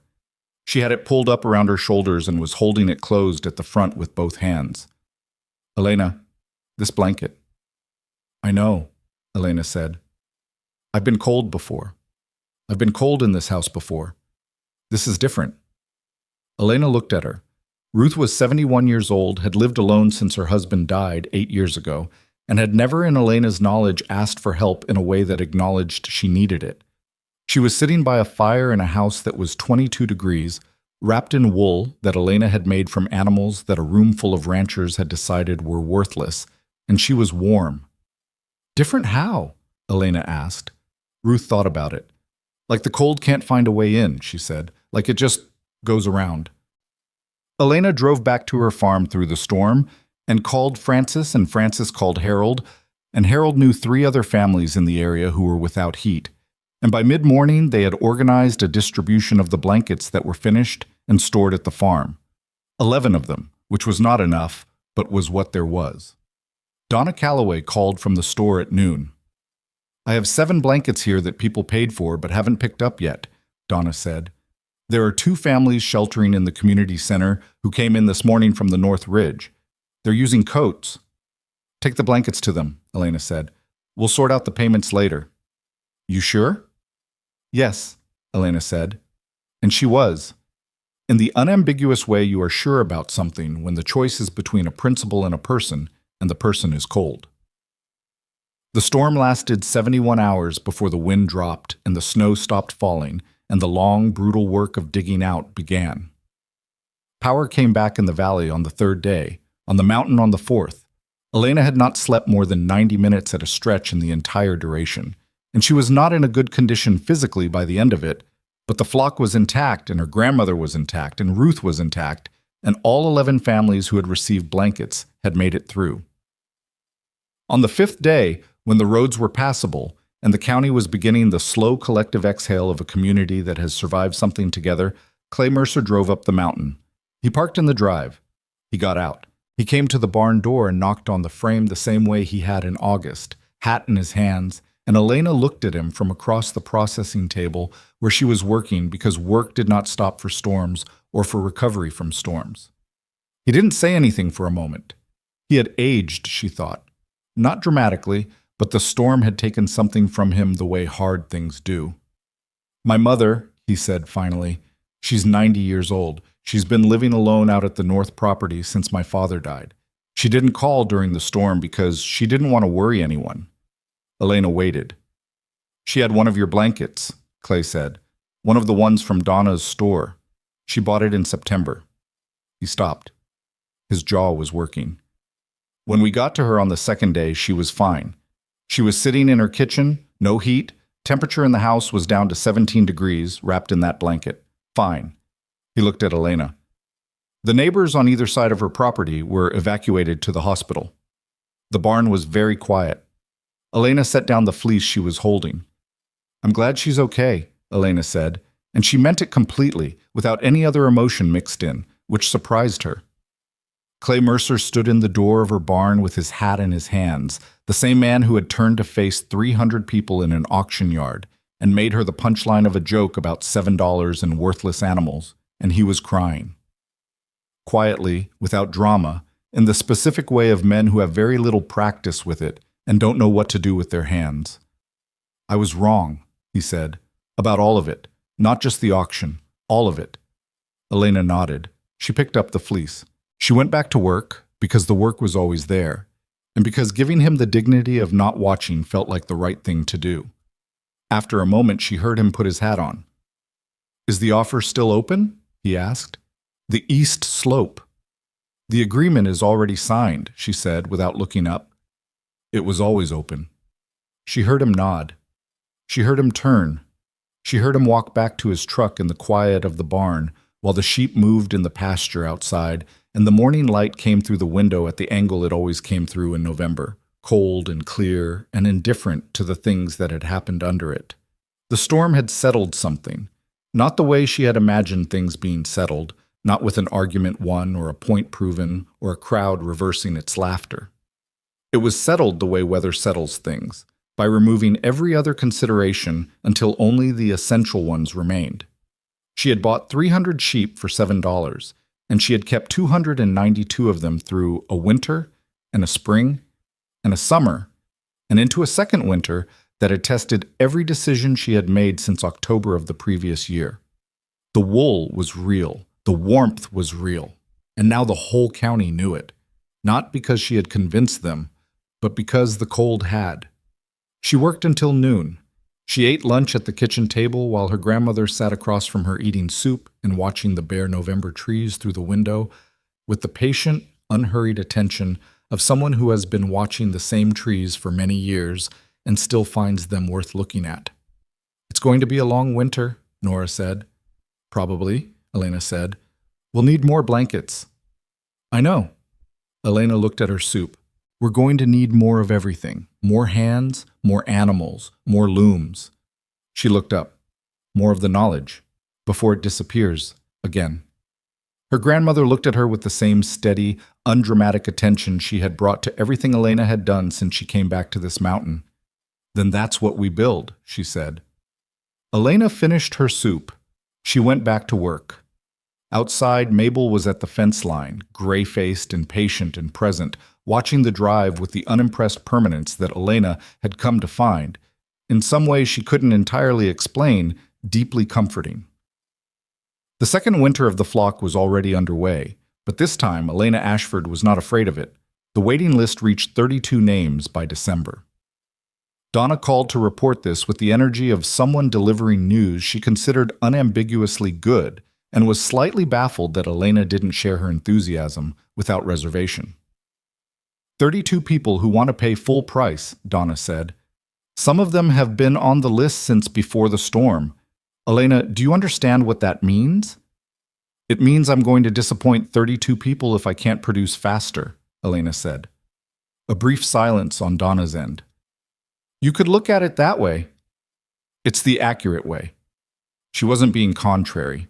She was being precise, which was a distinction she had been making more often lately because the difference between the two was starting to matter. Success, she was learning, had its own particular pressure, different from the pressure of failure, but not less demanding, and in some ways more treacherous because it arrived wearing the face of good news and required the same discipline as crisis without the obvious urgency to enforce it. She had 3 people producing now, Francis, Harold, and a woman named Bet, who had arrived in November, referred by Margaret with a brief handwritten note that said only, "She knows more than she thinks she does. Be patient with the first 2 weeks." Bet was 58 years old, had hands that were faster than Francis's and more certain than Harold's, and had a tendency to improvise that Elena spent the first 3 weeks gently and persistently redirecting back to the established process. Not because improvisation was wrong. Eventually, with heritage fiber, some improvisation was inevitable and even necessary, but because you couldn't improvise from a foundation you hadn't fully built yet, and Bet's foundation had gaps in it that only became visible when you stressed them. Bet took the redirection with imperfect grace, which was to say, she acknowledged it out loud and then tried the improvisation anyway, twice, and both times produced results that confirmed the redirection had been correct. After the second time, she sat across from Elena at the processing table and said, with the flatness of someone swallowing something they don't enjoy, "All right, I'll do it your way until I understand why." "That's all I'm asking," Elena said. "It's a lot to ask," Bet said. "I know." They looked at each other for a moment and then both went back to work, and that was, effectively, the entirety of the conflict. It was not resolved so much as set aside by mutual agreement in favor of the thing they were both there to do, which Elena thought was probably the most honest resolution available and better than a neater one would have been. The East Slope arrangement with Clay Mercer had been operational since the signed agreement in October, and Elena made herself go out there twice a month to assess the pasture quality and monitor how her animals were settling into the expanded range. She had moved 40 animals to the East Slope in stages, starting with the healthiest and most established members of the flock, the ones who had enough history with her management style to carry it with them into new ground. Mabel went in the third group, which felt right, early enough that she could help establish the behavioral patterns of the new space, late enough that Elena could be sure the conditions were what she needed them to be. Clay sent one of his ranch hands, a quiet man named Tobias, to handle fence maintenance and water access on his end. Tobias did his work without commentary and without getting in the way of Elena's management decisions, which was exactly what the agreement specified, and more than Elena had been completely confident would happen in practice. She had been wrong to doubt it, she admitted to herself. She filed this under the growing list of things she had anticipated badly and learned from. She did not tell Clay she had been wrong to doubt it. Some things didn't need to be said out loud. Christmas came and went with the particular quietness of the season when you were working through it, which Elena was. She made her grandmother a small thing, not a blanket, which would have felt like bringing work home in a way that seemed wrong, but a pair of hand-spun mittens from the fleece of the ewe her grandmother had named Seven's mother, which she had been setting aside in a separate basket since September. She presented them on Christmas morning over coffee at the kitchen table. Nora put them on and held her hands up and looked at them for a long moment. "These are from the old girl," she said. "Her fleece, yes." Nora turned her hands over, looking at the backs of the mittens. "How long did these take you?" "3 evenings." Her grandmother looked at her with the particular expression she reserved for things Elena had done that she considered unnecessary and also important. "You didn't have 3 evenings." "No," Elena agreed, "but some things you make the time for." Nora lowered her hands to the table and pressed them flat against the wood, feeling the warmth the wool held even against the cool tabletop. She didn't say anything else. She didn't need to. January brought the slower season that Elena had been both dreading and counting on. The cold kept the outdoor work compressed into essential tasks and freed up evening hours that the summer and fall had not offered. She used them for production. She used them for the documentation project she had been putting off since August, which was the systematic transcription and annotation of her great-grandfather's journal into a format that other people could actually use, organized by process stage, cross-referenced with what Margaret had taught her and what she had learned from the animals themselves, translated out of the 19th century idiom of the original into language that Francis and Harold and Bet could work from directly. It was slow work. She was not a natural writer. She was a person who kept careful records, which is a different skill, and the gap between those two things showed up most clearly when she tried to explain something she could do with her hands in language that would allow someone else to do it with theirs. She asked Ruth for help with the writing. Ruth had been a school teacher for 31 years and had opinions about clarity in written language that she did not hesitate to share. "This sentence," she said, during one of the evening sessions she came up to the farm to work on it, pointing at a paragraph Elena had spent an hour constructing, "tells me what you do, but not what it feels like to do it correctly. Those are both necessary." "I'm not trying to write literature," Elena said. "You're trying to write instruction," Ruth said. "Good instruction describes the sensation as much as the action. How else is someone going to know they've got it right?" Elena looked at the paragraph. "I don't know how to describe the sensation without sounding like you know what you're doing," Ruth said. "You do know what you're doing." "I know what I'm doing. I don't always know how to talk about it." "That's what I'm here for," Ruth said, and picked up her pencil. The document grew slowly through January and February, the way things grow in winter, underground, without visible evidence, accumulating mass that would only become apparent later. Elena thought of it as the institutional memory of something that didn't have an institution yet. The knowledge had existed in fragments, in her great-grandfather's journal, in Margaret's hands, in the muscle memory of Francis and Harold and Bet as they developed it, and the document was the attempt to gather those fragments into something that could survive the people who currently held them. She thought about this more after Margaret fell. It happened in late February, on a Wednesday, one of Elena's regular visiting days. She arrived at the house past the Granger crossroads to find the door unlocked, but no answer to her knock. And after 2 minutes of mounting unease, she went in and found Margaret at the bottom of the 3 steps between the kitchen and the back room, sitting on the floor with her back against the wall and one hand braced on the step beside her. She was alert. She was not in distress. But her right ankle was already swelling in a way that told Elena she was not getting up from that floor without assistance.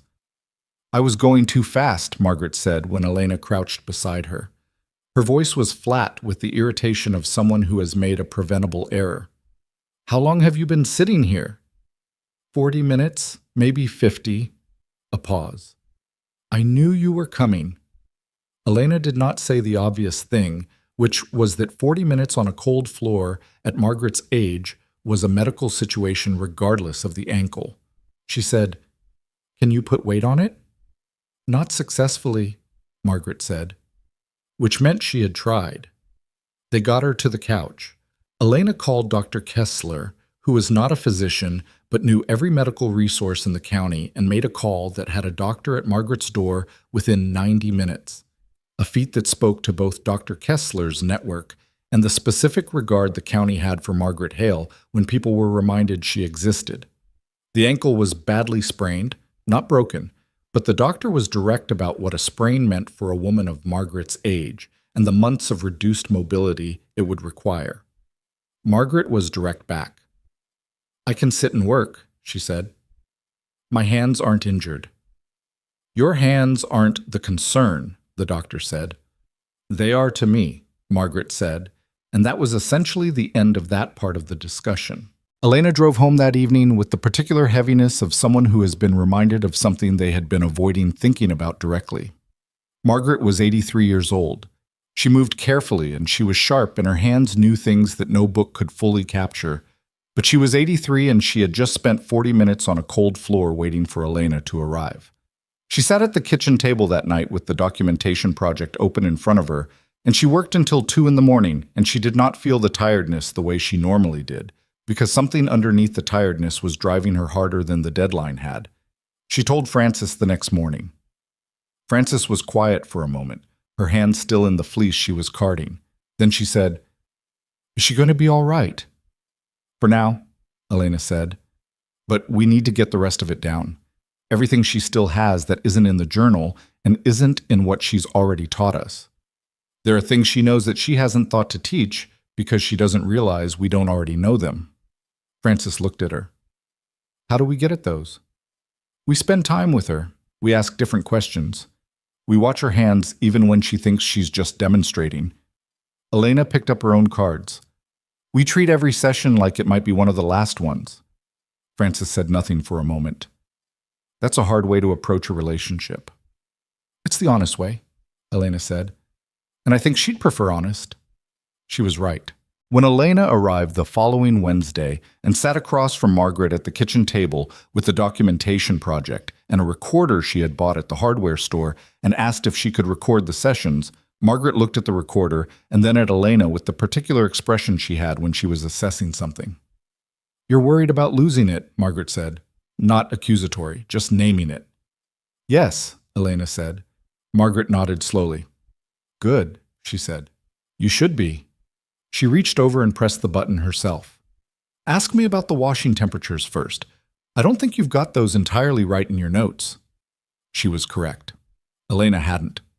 Spring came late and cold that year, the ground stubborn about releasing its frost, the pastures slow to green. The flock was at 327 now.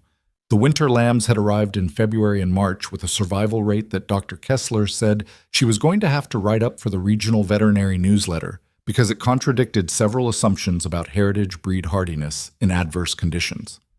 Elena gave her all her records, meticulously kept, and Dr. Kessler spent 3 evenings at the kitchen table going through them with the focused attention of someone finding exactly what they were looking for. "You've been keeping these since the beginning?" Dr. Kessler asked, turning a page. "Since day 2, Elena said. Day 1 I was too tired. These are extraordinary records. I just wrote down what happened." Dr. Kessler looked up at her. "Most people don't. Most people think they'll remember, and then they don't. And then they can't tell you why things went wrong or right because they never wrote it down." She turned another page. "You've essentially been running a longitudinal study without calling it that." Elena poured more coffee. "I was just trying to not make the same mistake twice." "That's what a longitudinal study is," Dr. Kessler said, and went back to reading. The article, when it appeared in the regional newsletter 3 months later, listed Elena as a co-contributor. She read her name in the byline 3 times before she believed it was accurate. She showed it to Nora at breakfast. Her grandmother looked at it. "Of course," she said, and went back to her oatmeal. The production had reached a pace by spring that Elena had not imagined possible in October, not because she had expanded the operation beyond what the material could support, but because she, Frances, Harold, and Bet had gotten better. The hands-on hours had accumulated into fluency, the kind of fluency that doesn't announce itself but shows up as time saved and errors reduced, and a quality in the finished work that was more consistent than anything Elena had been able to produce in the first year. The blankets coming off the looms in April were not the blankets she had made in March of the previous year. They were better. Measurably, demonstrably better in the ways that mattered. Donna noticed before Elena said anything. The last 4 are different, Donna said on the phone in April. People are noticing. I have a woman who bought one in October and came in to buy another, and she stood next to them both for 10 minutes before she picked one up and said, "They got better." She's right, Elena said. How? Elena thought about how to explain it. When you first learn something, you're doing the right things, but you're doing them consciously. You're thinking about each step. The thinking creates a kind of interruption in the flow of it. When you know it deeply enough, the thinking goes quiet and you just work. The work shows the difference. A pause. Margaret teach you that? My own hands did, Elena said. Margaret just created the conditions for it. It was in May that the letter arrived. She almost missed it. It came in a week when she was managing a respiratory issue, moving through 6 animals in the East Slope pasture and driving between the farm and Clay's land twice daily and spending every available evening in the barn or at the loom or with the documentation project. She opened the mail at the kitchen table on a Thursday evening without sitting down, the way she opened mail when she was too tired to commit to sitting, flipping through the envelopes. The return address was a university in a city 3 states away. Agricultural Heritage Studies Department. She sat down. The letter was from a professor named Dr. Elena Marsh, who explained that she had read Dr. Kessler's newsletter article with great interest and had made subsequent inquiries about the Caldwell Ridge operation and its documented population of what appeared to be a functionally extinct heritage sheep variety. She wrote with careful academic language that Elena had to read twice in some places, but the meaning underneath the careful language was not ambiguous. Dr. Marsh wanted to visit. She wanted to study the flock, and she was suggesting the possibility of a formal genetic documentation project that would, if completed, establish the heritage breed's characteristics and bloodline in the permanent academic record in a way that would make the breed's existence inarguable. Make it inarguable. Elena read those 2 words and sat with them for a moment. She called Margaret the next morning. Margaret listened to the entire letter read aloud without interruption. Then she said, "When can she come?" "I haven't responded yet. I wanted to talk to you first."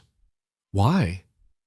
"Because this started with your knowledge," Elena said, "and with my great-grandfather's. I don't want to do anything with it that doesn't include you." A silence on the line. Not the kind that meant absence, the productive kind. "Your great-grandfather would have said yes immediately," Margaret said finally. "He was always trying to put the knowledge somewhere it couldn't disappear." "And you?" "I've been waiting for 40 years for someone to try to make this inarguable," Margaret said. "Right back to her today." Elena wrote back that afternoon, after the morning flock check and before the afternoon processing session, sitting at the kitchen table with the letter beside her and her grandmother's good pen in her hand, because this felt like the kind of letter you wrote with a good pen. She described the flock. She described the documentation project. She described Margaret and the journal and the 2 winters and the processing methods. She wrote more than she intended to, and then she cut half of it because the other half was enough, and she sent it. Dr. Marsh arrived 6 weeks later on a Wednesday morning in late June, driving a sensible sedan that was wrong for the mountain road and making the last quarter mile with the careful concentration of someone who has accepted that they are in terrain that does not accommodate them and is determined not to make it worse. She was 50 or so, wore clothing that was clearly chosen for field work, and had the particular quality of attention that academic people develop when they are in the presence of something they have spent years studying theoretically and are seeing with their own eyes for the first time. She stopped at the fence line of the main pasture and stood there without speaking for almost 2 full minutes. "How many pure heritage animals?" she asked finally. "I believe 231, Elena said. "Dr. Kessler can give you the precise breakdown by generation. The spring lambs complicate the count. Are those," Dr. Marsh pointed at a group of yearling ewes moving along the far fence, "are those first-generation lambs born on this farm?" "Second," Elena said. "The first generation was born last spring." Dr. Marsh turned and looked at her with the expression of someone recalculating. You've had stable reproduction for 2 full generations. Yes. With documented survival rates. And full processing records, Elena said. I can show you the quality metrics across the 2 years if that's useful. Dr. Marsh looked back at the pasture. I spent 11 years trying to find a documented surviving population of this breed, she said. It wasn't addressed to Elena exactly. It was the kind of statement that needed a witness but wasn't seeking a response. I found references in 3 archives and 2 private collections of agricultural correspondence, and every trail went cold. She paused. And here they are. Here they are, Elena agreed. Nora Ashford died in July. She had been declining since April in the specific incremental way that some old people decline. Not dramatically, not in crisis, but in the slow subtraction of one thing at a time. She stopped taking her morning walk in April. She stopped coming to the barn in May. In June, she spent most of her days in the chair by the kitchen window, watching the farm the way she had always watched it, with the patient attention of someone for whom watching was its own form of participation.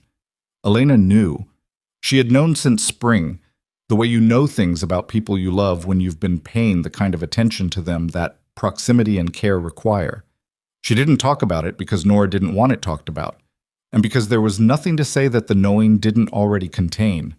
She was with her grandmother when it happened, in the early morning on a day in mid-July when the light came in through the kitchen window at the angle it came in during summer, horizontal and warm, falling across the table in a way that made ordinary things look considered. Nora had her coffee. She had her hands around the mug the way she always held it, for the warmth more than the drinking. She was watching something outside. Elena didn't ask what. After a while, Nora said, "You know what you're doing now." "Most of the time," Elena said. "That's the right answer." A pause. "More than most of the time and you stop learning. Less than most and you stop moving." Elena looked at her grandmother. "Did you know? When I first came back, did you know about the breed?" Nora considered this with the honesty she had applied to every question Elena had ever asked her. "I knew your great-grandfather believed something was still out there. I didn't know if he was right." She looked at the window. "But I knew you were the right person to look." "You could have told me that." "I could have," Nora agreed. "But then you'd have been looking for what I told you to look for, instead of seeing what was there." Elena sat with this for a moment. Outside, Mabel was at the near fence, as she often was in the mornings, patient and present, and watching the house with the steady amber attention she brought to everything. "She's still out there," Elena said. Her grandmother looked. "Good animal," she said simply. She set her coffee down. Elena sat at the kitchen table for a long time afterward, in the same chair, in the same morning light, and did not move. She had work to do, and she knew she had work to do, and she would return to it, but there are moments when the work can wait, and this was one of them. Frances came in the afternoon. She came without being called, the way the people who have been in the barn with you through difficult things develop the instinct to come. She did not say much. She made coffee and brought Elena a cup and sat across the table, and that was sufficient. Harold came later. Bet sent a note, written in her quick, impatient handwriting, that said only, "She knew what mattered." "I'm sorry." Dr. Kessler came on the second day. Margaret, who could not easily travel, called every morning for a week at 8 o'clock, and Elena answered every time, and sometimes they talked for 20 minutes, and sometimes they sat on the phone in silence for 5 minutes, and that was also sufficient. Ruth brought food. This was Ruth's language, and it had always been, and Elena ate it without ceremony and was grateful for the translation.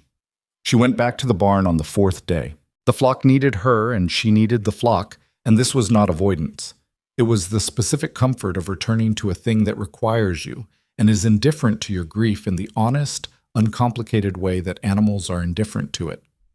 The sheep did not know what had happened.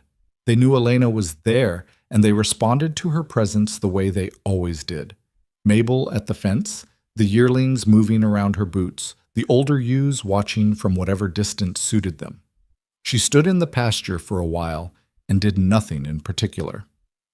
That evening, she sat at the kitchen table with her great-grandfather's journal and opened it to the passage she had found on the first night after the auction and read so many times the page had gone soft. The knowledge was never meant to belong to one person. It was meant to be carried forward. She read it once. She closed the journal. She pressed her palm flat against the worn cover and sat there in the quiet of her grandmother's kitchen. Her kitchen now, she supposed, which was a thought she wasn't ready to fully inhabit, and let the house be quiet around her. Outside, the summer evening was settling in, the light going long and warm and gold the way it did in July, and the flock was in the evening pasture, and from where she sat she could hear them, the low, settled sound of animals at rest, patient and present in the warm dark. She thought about what her grandmother had said, about knowing what you're doing, about the difference between most of the time and more than most of the time. She thought about the 32 names on the waiting list and Dr. Marsh's careful handwriting in her field notebooks and Margaret's hands on the recorder button. She thought about Francis and Harold and Betty and Tobias quietly mending fence on the east slope. She thought about Ruth's food and Dr. Kessler's monthly drives up the mountain road and the letter she still needed to write to a rancher in another state who had read Dr. Marsh's preliminary report and wanted to know if there were animals he could start with. She thought about Seven, Mabel's lamb, born on the coldest night of the first winter, the lamb her grandmother had named without hesitation, and with the kind of certainty that Elena had spent 2 years building toward herself. She opened her record book. She made the evening's notes. Date, condition, anything notable. She wrote her grandmother's name at the top of the page and then crossed it out because that wasn't what the record book was for, and then she sat there looking at the crossed-out name for a moment before she turned the page and continued. The work was still there. The flock was still there. The knowledge was alive in Francis's hands, and Harold's careful precision, and Bet's grudging accuracy, and Margaret's recorded voice on 43 hours of tape that Elena was slowly transcribing into the documentation project. It was not enough. It was never going to be entirely enough. But it was what there was, and what there was more than what she had started with, and she had learned to measure progress by that standard rather than the one that required perfection before it counted. She closed the record book. She went to start the evening checks. Mabel was at the gate, waiting with the patience of an animal who has long since stopped being surprised that the person she is waiting for eventually arrives. Elena put her hand on the old ewe's broad gray forehead for a moment. "I know," she said. She opened the gate and went in. The letter from the rancher in Montana arrived on a Tuesday morning in August, 3 weeks after Nora's funeral. His name was Dale Purvis. He had read Dr. Marsh's preliminary report, which had begun circulating in agricultural heritage circles with the quiet, building momentum of something that fills a gap people didn't know they had been waiting to fill. Dale was 64 years old, ran a mid-sized operation in a valley that had been losing topsoil and profitability for a decade, and wrote the way people write when they have been composing a letter in their head for longer than they want to admit.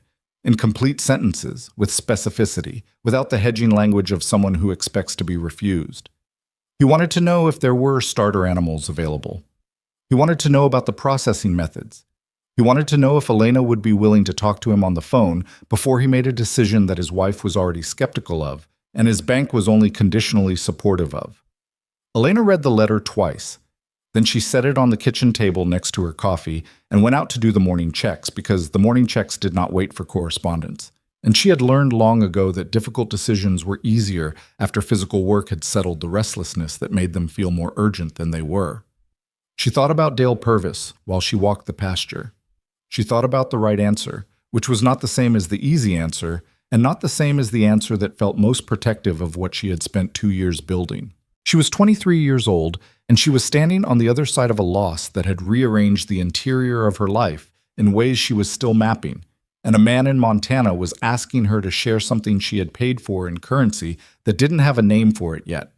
She called him that afternoon. He answered on the second ring, which told her he had been waiting. "Mr. Purvis," she said, "this is Elena Ashford from Caldwell Ridge." A pause that had relief in it. "Ms. Ashford, thank you for calling." "Tell me about your land," she said. He told her. She listened the way Margaret had taught her to listen, not for the information she expected, but for the information she hadn't known to ask for. The valley he described had good water and a pasture history that hadn't been overgrazed, which was more important than most people understood when they were thinking about introducing heritage animals that needed specific ground conditions to express what they were capable of. He had made mistakes in the past decade, he said this directly, without softening it, that had pushed him toward the kind of conventional production decisions that had stopped making economic sense 3 years before he was willing to admit it. "Why heritage wool?" Elena asked. "There are easier things to pivot to." A pause. "My grandmother had a blanket," he said. "Old one. I've been trying to find out what it was made from for 15 years. He stopped. "I know how that sounds." "It sounds familiar," Elena said. She had that conversation with Dale Purvis twice more over the following 2 weeks, and then she drove out to Margaret's house on a Wednesday and sat across from the old woman, ankle-heeled now, moving carefully but moving, and described the situation. "How many animals can you send without compromising your own breeding stock?" Margaret asked. 8, maybe 10, younger ewes, documented bloodline, healthy. Elena looked at her hands. "That's not the question I'm wrestling with." "What's the question?" "Whether I'm ready to be the person who sends them." She looked up. "Once I do that, it's different. It's not just me and this flock and this mountain. It's something else." Margaret looked at her with the steady, patient attention she had brought to everything in the 2 years Elena had known her. "It was always something else," she said. "You just couldn't see it yet from where you were standing." Elena sat with that for a long moment. "Your great-grandfather sent animals twice," Margaret said. "He sent them to 2 farms in the valley below, and he wrote about it in that journal. Did you read that part?" Elena had read the entire journal 4 times, and annotated it twice, and built a documentation project around it, and she had not read that part because she had not found it, and the realization that there were still things in those pages she hadn't seen landed with the specific surprise of discovering a room in a house you thought you knew completely. "No," she said. "Where?" "Near the end," Margaret said. "The last 20 pages. He wrote smaller when he was older. You might need the magnifying glass from the kitchen drawer." Elena drove home that evening and opened the journal to the last 20 pages and found the magnifying glass and read by the lamp at the kitchen table for 2 hours. Her great-grandfather had written, in the smaller handwriting of an older man, "I have sent what I know along with what I can. The knowledge without the animals is incomplete. The animals without the knowledge are ordinary. The 2 together are what I am trying to keep alive, and I cannot keep them alive alone. I was wrong to try for so long." She put the magnifying glass down. She sat in the quiet of the kitchen and let the house breathe around her, the old wood and the old light, and the particular silence of a place that has held generations of people doing their best and their worst and everything in between. She wrote Dale Purvis the next morning. She told him she could send 8 animals in September. She told him the conditions, the management standards, the bloodline documentation requirements, the processing protocols she would include in writing. She told him she would need quarterly reports from Dr. Kessler's equivalent on his end, and that the heritage standards were non-negotiable in the specific way that non-negotiable things are when one violation costs you something you cannot recover. She told him she would also send the documentation project, the full thing, all of it, Ruth's careful editing and Margaret's recorded voice and her own annotated additions. Not a copy, not a summary.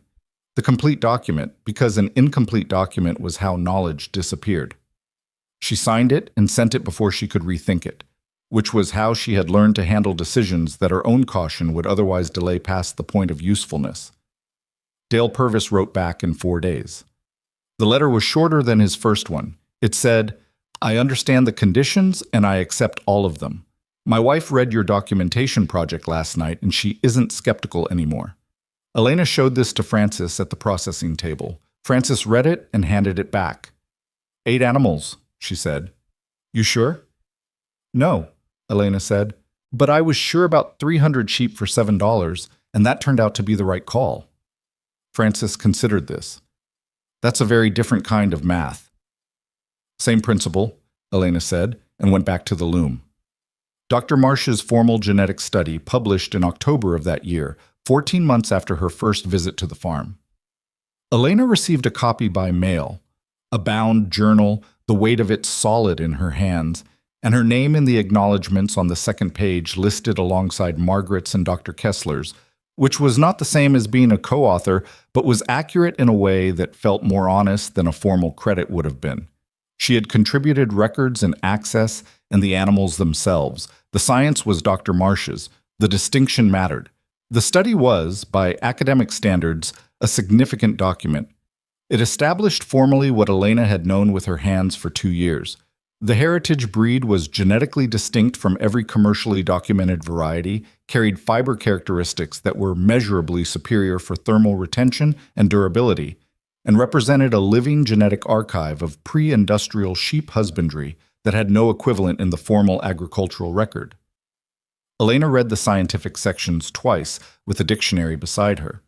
She read the conclusion once, and then set the journal down on the kitchen table and went outside and walked the fence line of the main pasture for 20 minutes without purpose.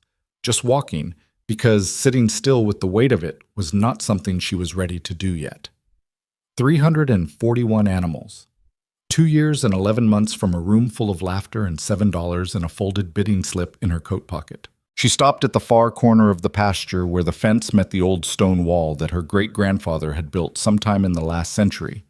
The wall was still standing, the stones fitted together without mortar the way people used to build things when they had to be right the first time, because fixing them was harder than doing them correctly.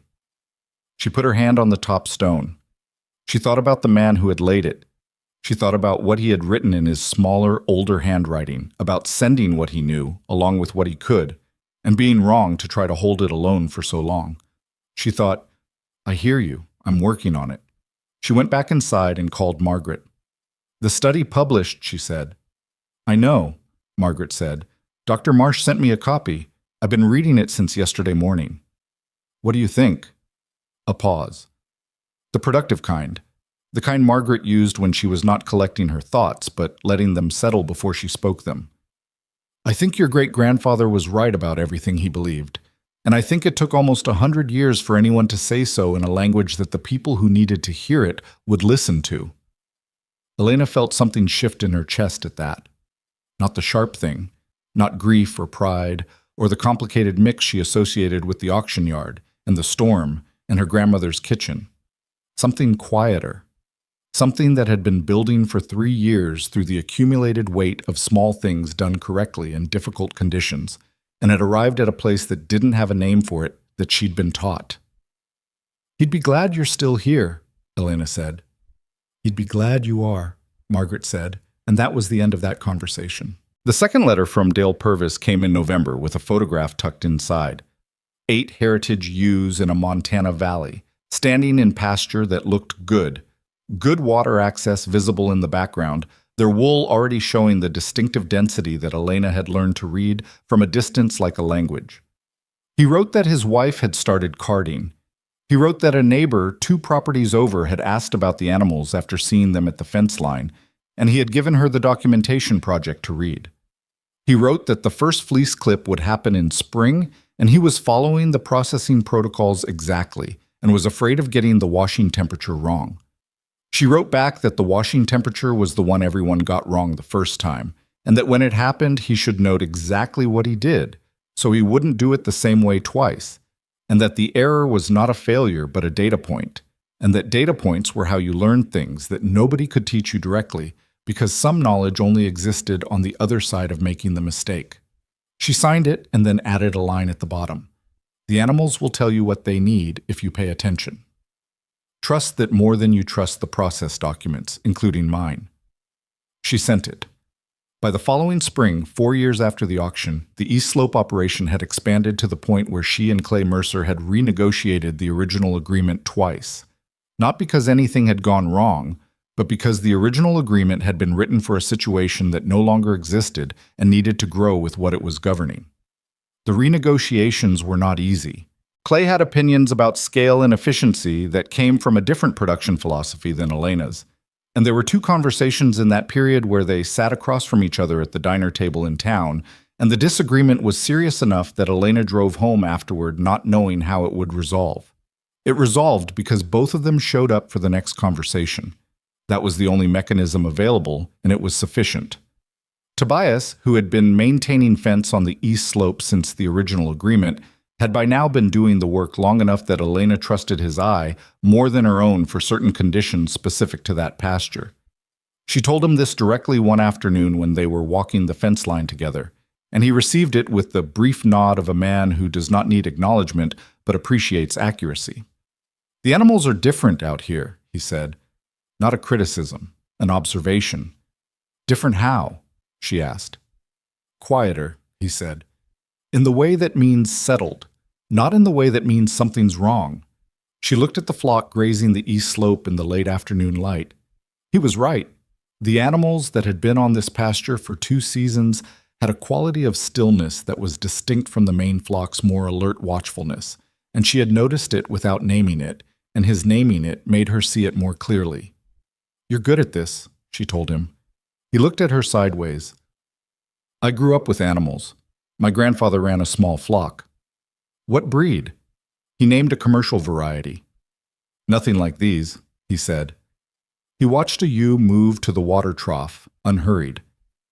"These ones pay attention, like they're deciding something about you." "They are," Elena said. "They're deciding if you're worth paying attention to in return." He looked at the flock for a moment. "What do you think they've decided?" "About you?" She watched Mabel, who had been moved to the east slope in the fall and had taken to it with the equanimity she brought to all circumstances, make her way toward the water trough with her particular rolling gait, slower now, the joints showing their age. "I think you've been here every day for 2 years. I think they know the difference." Francis had, by the 4th year, become the person Elena deferred to on spinning, not on everything, not on the management decisions or the standards questions or the flock assessments, but on the physical art of turning the heritage fleece into the specific yarn that the blankets required. Francis had accumulated enough hours and enough failure and enough recovery from failure to have developed a fluency that exceeded Elena's own. Elena told her this. Francis looked at her across the processing table for a moment. "You're not bothered by that?" she asked. "Why would I be?" Francis considered. "Most people who build something are bothered when someone else gets better at part of it than they are." "I built this so the knowledge would survive," Elena said. "If it only survives in me, that's the definition of failure." Francis was quiet for a moment. Then she said, "Your great-grandfather wrote something like that, didn't he, in the journal?" "Near the end," Elena said. "Smaller handwriting." Francis nodded and went back to the wheel. Outside the barn, the late spring afternoon was doing what late spring afternoons in the mountains do when the season has finally committed. The light long and serious, the air carrying the smell of the pasture coming back to life after a winter of waiting. Harold retired from the operation in the 5th year, not from age. He was 62 and healthy, but because his daughter, who had moved to the coast a decade earlier, had called asking him to come, and he had decided that some things required being present, for even when other things required your absence. He told Elena in March, with the direct simplicity of a man who has rehearsed saying something and decided rehearsal made it worse. "I'll miss this," he said. "I know," Elena said. "I taught my daughter to weave when she was 10, he said. She doesn't remember how anymore. I'm going to teach her again." Elena looked at him. This was not an adequate response to what he was giving up or what it cost him, but it was accurate. "Take the documentation project with you," she said. "The full version." He looked at her. "I have a copy." "Take another one. One for her." He left on a Saturday in early April. Bet, standing at the barn door watching his truck go down the drive, said nothing for a full minute. Then, "He was better at the joining than any of us." "He was," Elena agreed. "We'll get worse before we get better," Bet said. "Not a complaint, just a forecast." "We will," Elena said. "Write it down." The banker arrived on a Thursday in May of the 5th year. He was from a regional agricultural development fund that had been created in the aftermath of the blizzard, and the county's emerging recognition that the heritage wool operation represented a model worth documenting and potentially replicating. He wore clothes that were wrong for farm visits, and shook hands with the particular firmness of someone who has been taught that firmness communicates confidence. His name was Richard Colby. He had a briefcase. Elena met him at the gate. She had the morning flock check still in progress, which she had not interrupted for his arrival, and she finished it while he stood at the fence. She was aware of him standing there, and she was aware that he was aware that she had not rushed the check, and this awareness was mutual and contained its own negotiation. She came back to the gate. "Ms. Ashford," he said, "thank you for making time." "Mr. Colby," she said, "come in. I'll show you the operation." She showed him the barn, the processing setup, the documentation project in its current form. 3 years of accumulated revision, now genuinely substantial, the kind of document that showed in its own structure the shape of what it had taken to produce it. She showed him the flock records and the blanket production records and the East Slope agreement. She showed him the Montana letters because Dale Purvis had, by now, sent 6 of them and had enclosed a photograph in each one, and the photograph showed a progression that was its own argument. Richard Colby asked the questions that his fund required him to ask, about revenue, about scalability, about the pathway to expanded production, about the conditions under which additional capital could accelerate growth. Elena answered each one honestly, including the answers that were not what he was hoping for. "Scalability is limited by design," she said, "not by capability. The quality of the product depends on the quality of the process, and the process depends on the knowledge the people bringing it have accumulated. You can't compress that accumulation with money. You can support it, but you can't buy speed without buying loss." He wrote something down. "So what role would additional capital play?" "Training more people," she said, "more slowly than you'd want. Getting the documentation into the hands of ranchers who are trying to decide if this is viable for their specific land. Supporting Dr. Kessler's veterinary research into the breed's health characteristics." She paused. "And building the processing facility that Margaret Hale has needed for 40 years and never had the resources to create." He looked up from his notes. "Margaret Hale?" "The woman who held the knowledge for 4 decades while there were no animals to apply it to," Elena said. "She's 84 years old and she works out of a front room that's too small and too cold in winter.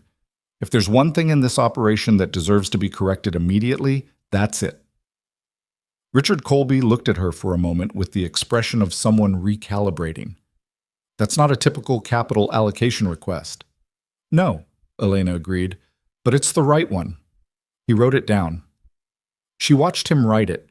She did not know if the fund would support what she was asking, or if the amount they might offer would be adequate, or what the conditions attached to their support would look like.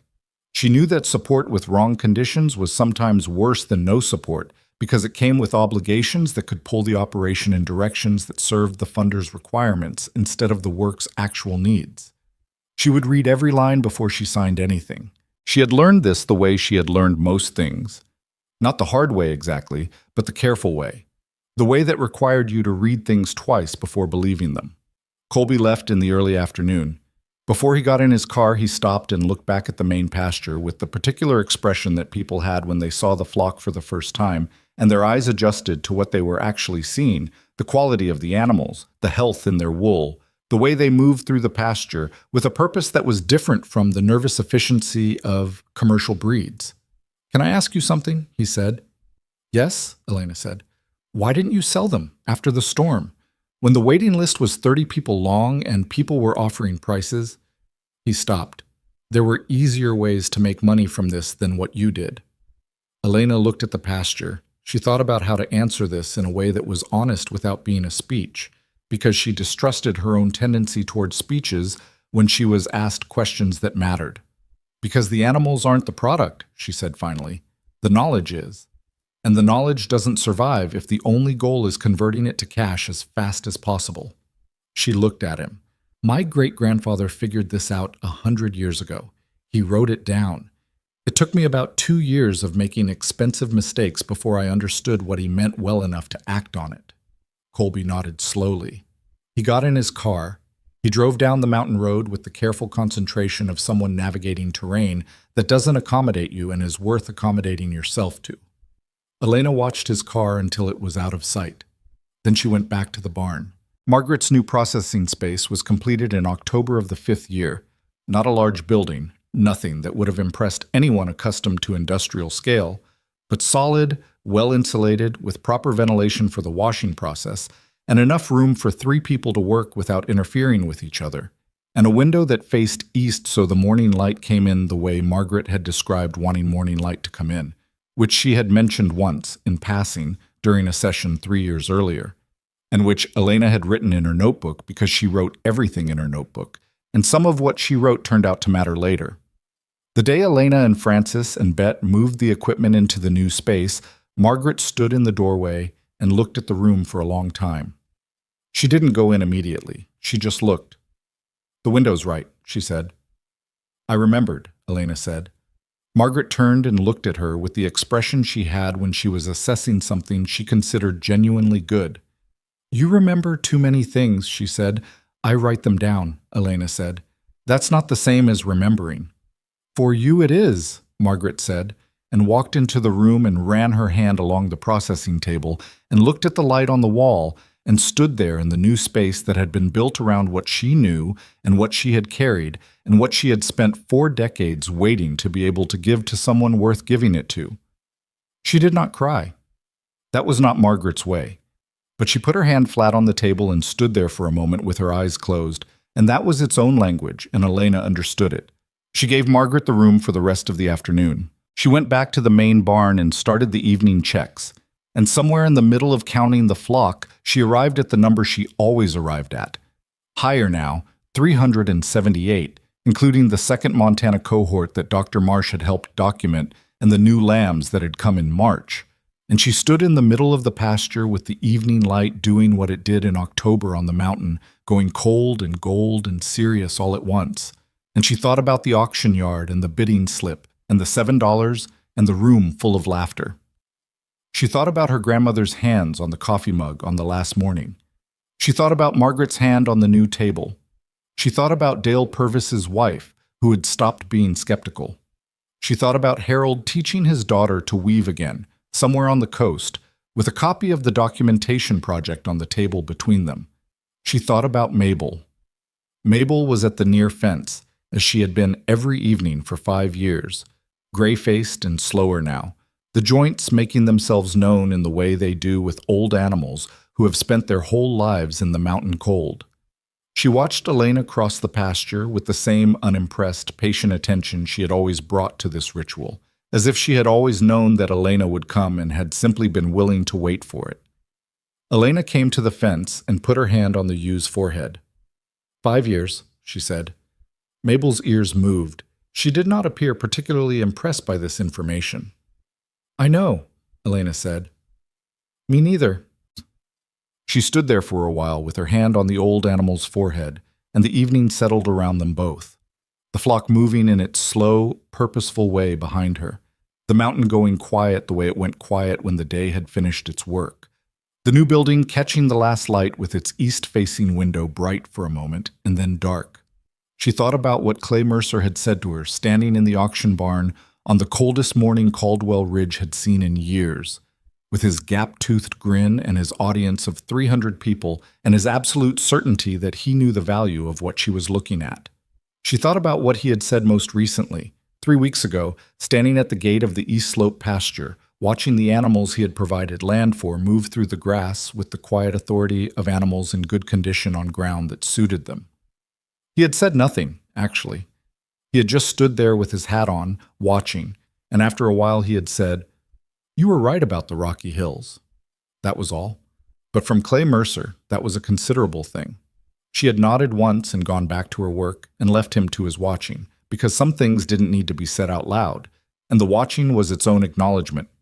Bet would eventually train 2 more people, and those 2 would train others, and the documentation project would be updated 17 times over the following decade until it no longer fit in a binder and required its own system and doctor. Marsh's genetic study would become the foundational citation in 3 subsequent papers about heritage, agricultural recovery, and Dale Purvis would expand his operation to 60 heritage animals, and his daughter would start weaving blankets and sell them through a store in a city 3 hours away, and call Elena on a Sunday afternoon to tell her that someone had described the blanket as feeling like it wanted to keep you warm. Elena, when that call came, would be sitting in the kitchen with the journal open on the table in front of her, working on the 17th revision of the documentation project, And she would close the journal and sit there for a moment and think, that's the one. That's the thing. And she would say to Dale's daughter, that's what it's supposed to feel like. Write that down so you don't forget it. But all of that was later. On this October evening in the 5th year, what there was the flock and the mountain and Mabel at the fence, and the new building with its east-facing window, and the knowledge that was alive in 5 people's hands and documented in a project that existed in 3 states now, and growing, and the great-grandfather's journal on the kitchen table waiting for the 18th reading, and the record book under the fence rail with tonight's entry still to be made. She took her hand off Mabel's forehead. The old ewe turned and walked back toward the flock with the deliberate rolling gait of an animal that has decided the important thing has been attended to and can now return to the work of grazing. Elena watched her go. Then she picked up the record book from under the rail, found the evening's page, and wrote the number down. 378. All present, all accounted for. She wrote it in the same careful handwriting she had used since the first night. The handwriting that her great-grandfather would not have recognized as his own, but would have understood as coming from the same place. The place where you write things down not because you are afraid of forgetting, but because some things deserve to be made permanent. She closed the book. She walked back toward the lights of the farmhouse through the October dark, and the flock settled behind her into its evening quiet, and the mountain held everything it held in the patient, permanent way of mountains, and the knowledge that had almost disappeared from the world was alive and moving and going somewhere. That was enough.